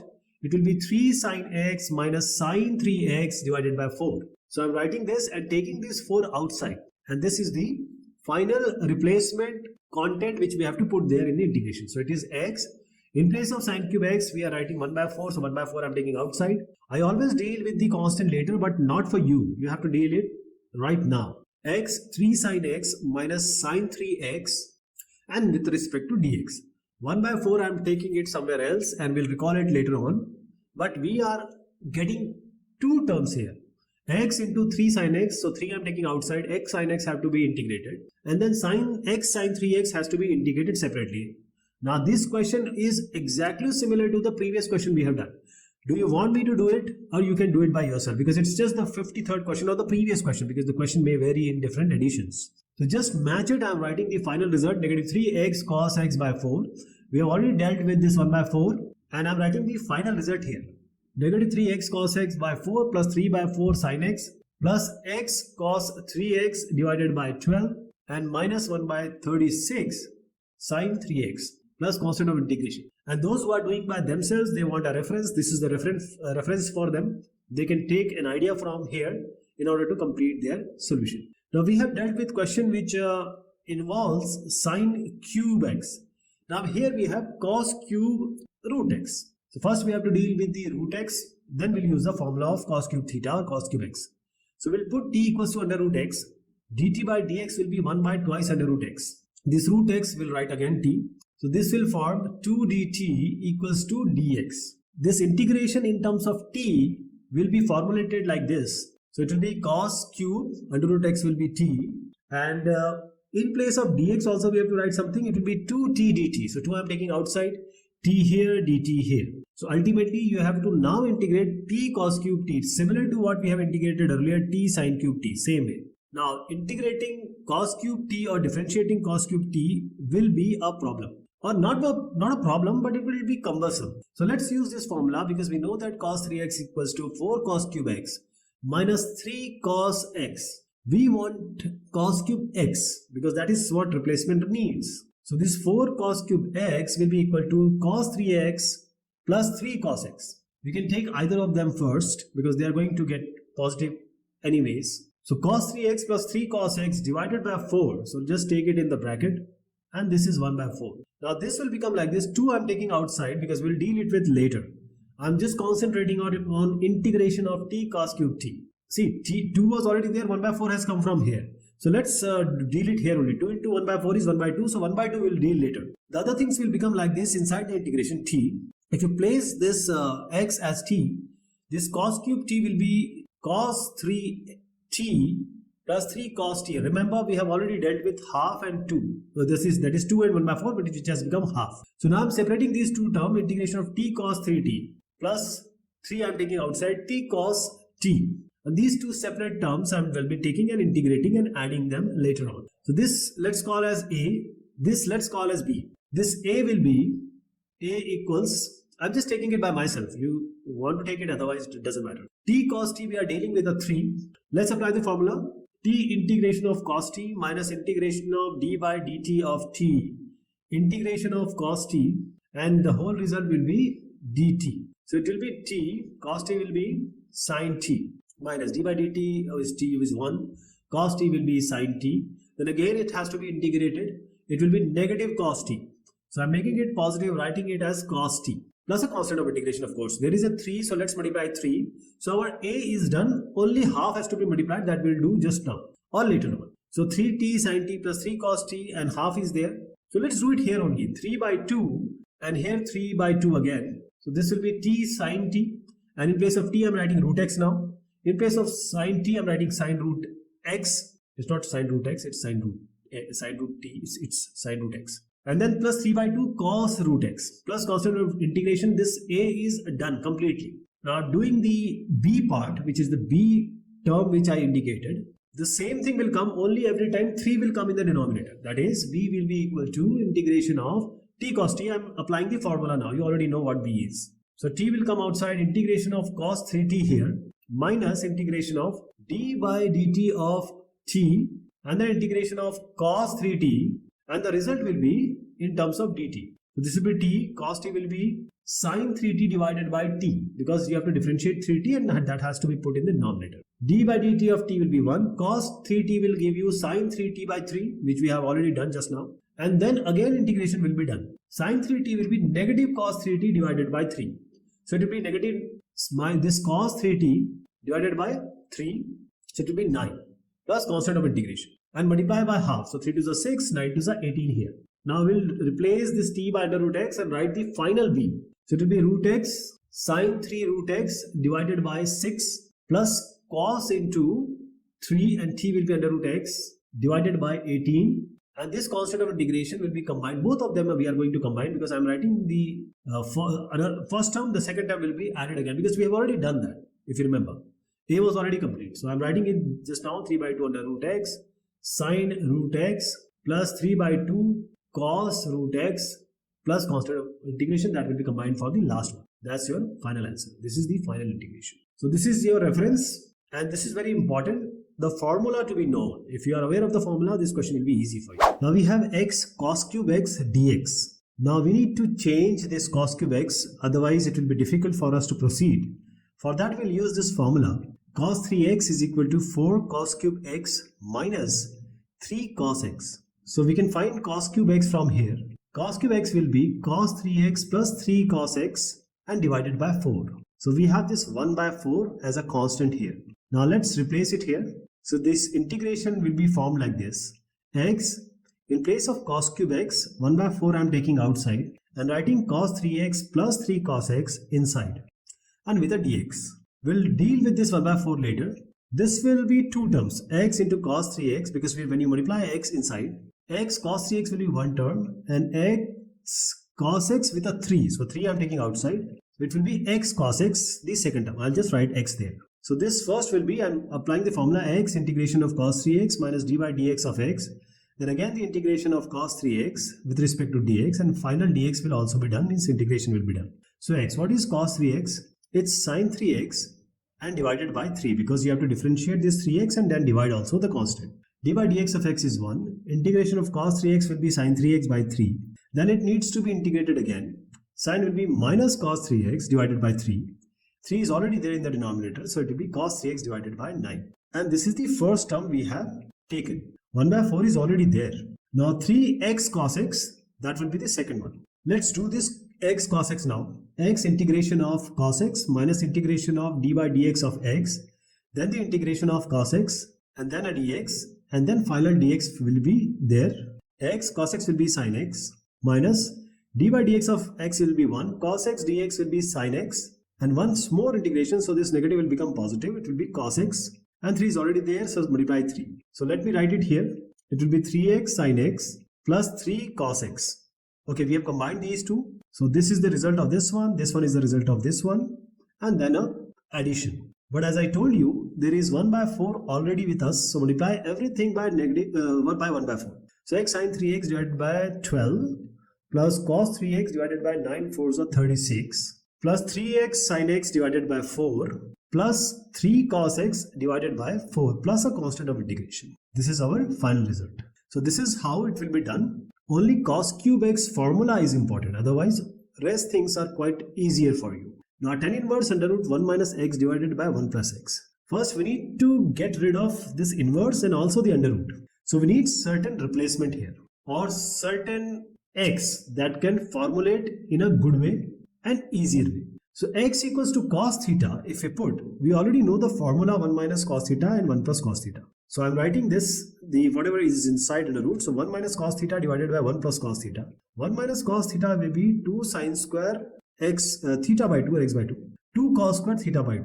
Now 2 you can cancel, and this is inside an under root. So this sin square theta by cos square theta will be tan square theta. And when it is inside a under root, this will only be tan theta by 2. Now you already have a tan inverse here. So when you apply tan inverse here, this can get cancelled. So you are just dealing with this theta by 2. But dx is also there. So you need to find out theta, which is cos inverse x, because you will be replacing theta some or the other time. For dx, let's differentiate this. Dx by d theta will be equal to minus sin theta d theta. dx will be, or negative you can take this side, negative dx will be sine theta d theta. So minus I am taking outside, sine theta d theta. This negative half you can take outside, this negative half, and you need to integrate theta sine theta. So it's quite easier for you. Theta sine theta is straightforward. So this will be theta integration of sine theta minus integration of d by d theta of theta, integration of sine theta again, and then the final multiplication of these two will again be integrated. So theta sine theta will be what? Negative cos theta. D theta by theta will be 1. Sine theta will be negative cos theta, and minus minus will become plus. Again cos theta will be integrated, so it will be simply sine theta. So cos theta d theta will be sine theta. And you can now add a constant of integration, but before that, why not to replace this theta by actual x? So theta will be what? This x equals to cos theta, that means theta will be equal to cos inverse x. So it will be cos inverse x. Cos theta will be x, so write x here with a negative sign. And then sine theta. Because cos theta is already with us, we know that there is a relationship between sine theta and cos theta. X equals to cos theta, sine square theta plus cos square theta is 1. This sine square theta will be under root 1 minus cos square theta. Cos theta is x, so it will be under root 1 minus x square. So sine theta you can replace by under root 1 minus x square. So I am replacing it right now, plus constant of integration. Now multiply everything by negative half because it was outside. So it will be x cos inverse x divided by 2 minus under root 1 minus x square divided by 2, and constant multiplied by any constant will be constant only. So plus constant of integration. And this is your final result. Now this is very straightforward. If you can just find out this trick of putting x equals to cos theta, and other things will be easier for you, because whole idea is to remove this inverse. Sine inverse under root x by a plus x. Now this question is a good question. Now I will first assume something, then you will realize why I have done this. X equals to a tan square theta. Now how this came into my mind, or how did I put it? This tan square theta will be equal to what? X by a. So this tan theta can be written as under root x by a. Now this is x, so dx by d theta will be what? A. Tan square theta will be 2 tan theta. Tan theta again will be differentiated. It will be sec square theta. So dx will be equal to 2a tan theta sec square theta and d theta. Now this integration will become something like this. Sine inverse under root, what is x? A tan square theta. In the denominator a is already there. In place of x, write a tan square theta again. Now what will be here in the inside the root? A tan square theta, you can take a common, it will be 1 plus tan square theta. And 1 plus tan square theta is simply sec square theta. So you have tan square theta by sec square theta. Tan square theta is sine square theta by cos square theta. Sec square theta is 1 by cos square theta. This gets cancelled. You only get the sine square theta, and it is under root. So only sine theta will come. And sine inverse and sine can be cancelled. Now you realize why we placed x equals to a tan square theta. Now integration will be theta, but you need to have this dx also. And dx will be 2a tan theta sec square theta d theta. So 2 will be outside, or 2a will be outside actually. So tan theta sec square theta d theta. Now can you integrate this? Because if you put tan theta equals to some value or p, sec square theta will come directly. There is a theta also. Because if you put, I was just telling tan theta and sec square theta integration is quite easy. But there is a theta also. So we'll take theta as one term and tan theta sec square theta as another term. So the first function will be theta, tan theta sec square theta will be another term. 2a will be dealt later. So theta, I am applying the formula now. Theta integration of tan theta sec square theta minus integration of d by d theta of theta, and then the integration of again tan theta sec square theta d theta, and final d theta will also be done. Final integration will be done. So integration of tan theta sec square theta, as I was indicating you earlier, if you take tan theta equals to say t, this dt by d theta will be equal to sec square theta. So dt will be equal to sec square theta d theta. So this integration will be something like this. It will be simply t and this dt. So this will be simply t square by 2. And t was what? Tan square theta. So you are getting tan square theta divided by 2. So this result will be theta. Here it will be tan square theta by 2 minus this d theta d by d theta of theta will be 1. Tan theta sec square theta, what did it give you? Tan square theta by 2. So 1 by 2 you can just take outside. Tan square theta, how to deal with this? We have a relationship between tan and sec. Now sometimes some of the students would like to write or convert this tan square theta as x by a. Integration of x by a will be simply x square by 2. But it is not the case. This can come to your mind and even my mind, because tan square theta is x by a. Integration of x by a is quite simple. It is x square by 2. A will come outside. But that's not the correct approach. You have to deal with theta altogether, and then later on you can replace theta by this x by a or tan square theta by x by a somewhere.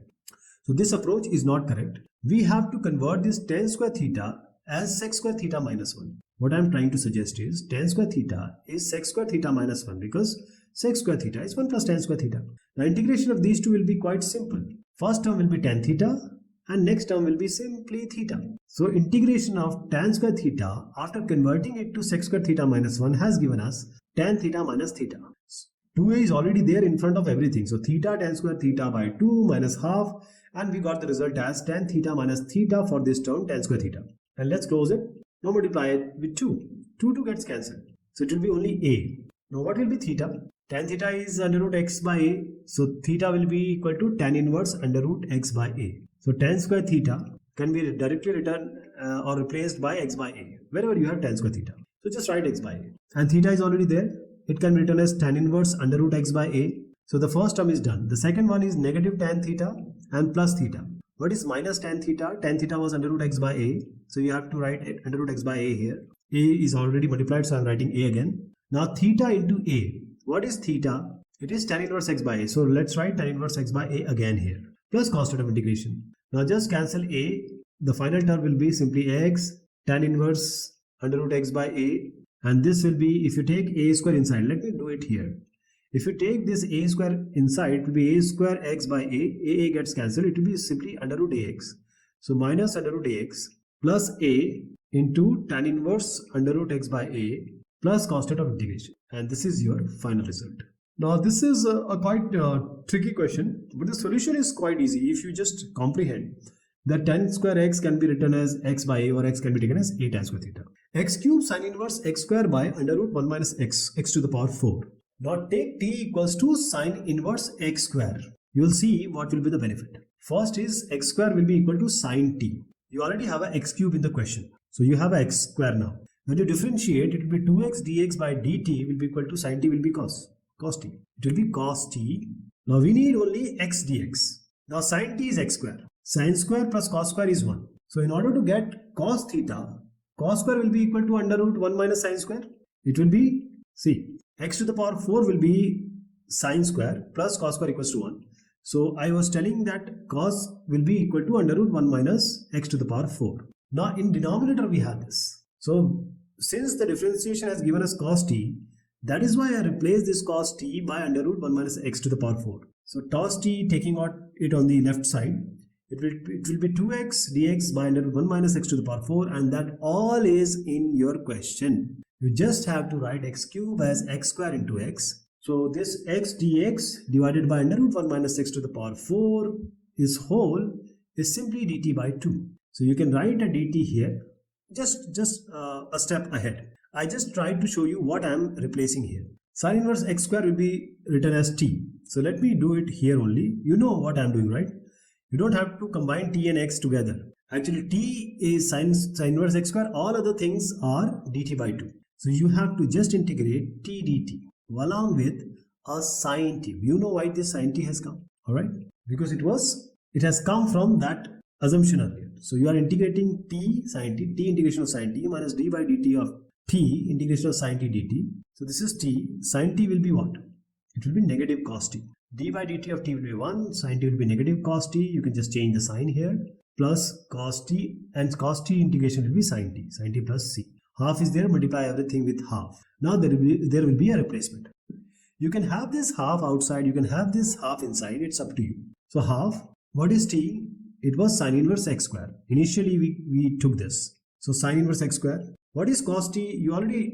We have seen how this cos t has formed under root 1 minus x to the power 4. So write under root 1 minus x to the power 4 here. And then plus half. Sin t was what?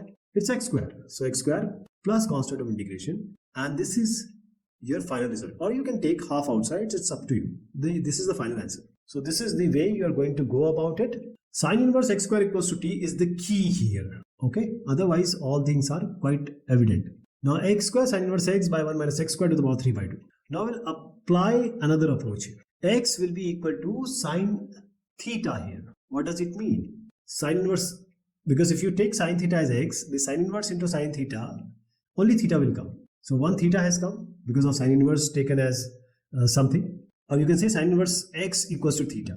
Now what is this dx after differentiating this? Because x square was x square, I have written as sine square theta.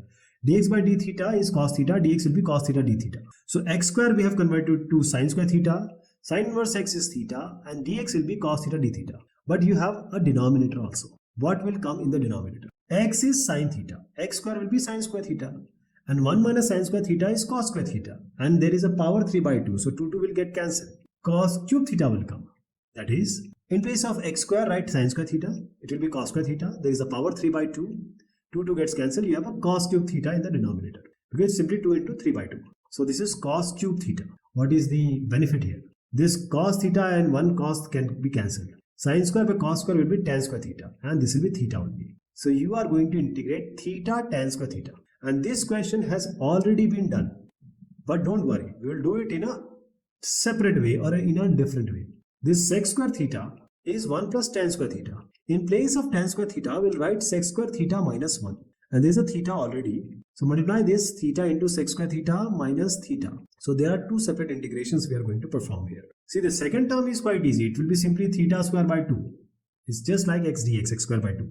So it will be minus theta square by 2. Let me write it here. Plus constant of integration, of course, constant will come. So we need to deal with theta sec square theta d theta. So I'm doing it here.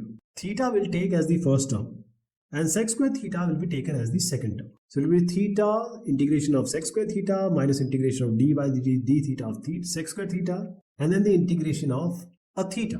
That is theta sec square theta. Sec square theta integration will be done again. Okay, I have not written integration, there will be integration. D by d theta of theta will be 1. Integration of sec square theta is tan theta only. So theta tan theta, and the integration of tan theta also we know. You know what is that? It's log modulus of sec theta. We only have sin theta and cos theta. So we have to convert tan theta in these terms, because cos theta is under root 1 minus x square. You already know that. X is sin theta, so cos theta will be under root 1 minus x square. Tan theta will be what? Tan theta can be written as sin theta by cos theta minus. Now log modulus of sec theta. See, sin theta is this, sec theta is 1 by cos theta. So you can just utilize this negative sign in order to make it as a positive sign. And it will be 1 by sec theta. 1 by sec theta, actually it is cos theta. So you are having theta sin theta by cos theta plus log cos theta. If you take plus, cos theta will come upstairs. So theta sin theta cos theta plus log cos theta is simply under root 1 minus x square, and sec theta is 1 by under root 1 minus under root 1 minus x square, because cos theta and sec theta are invert of each other. So theta can be written as what? I am changing it here only.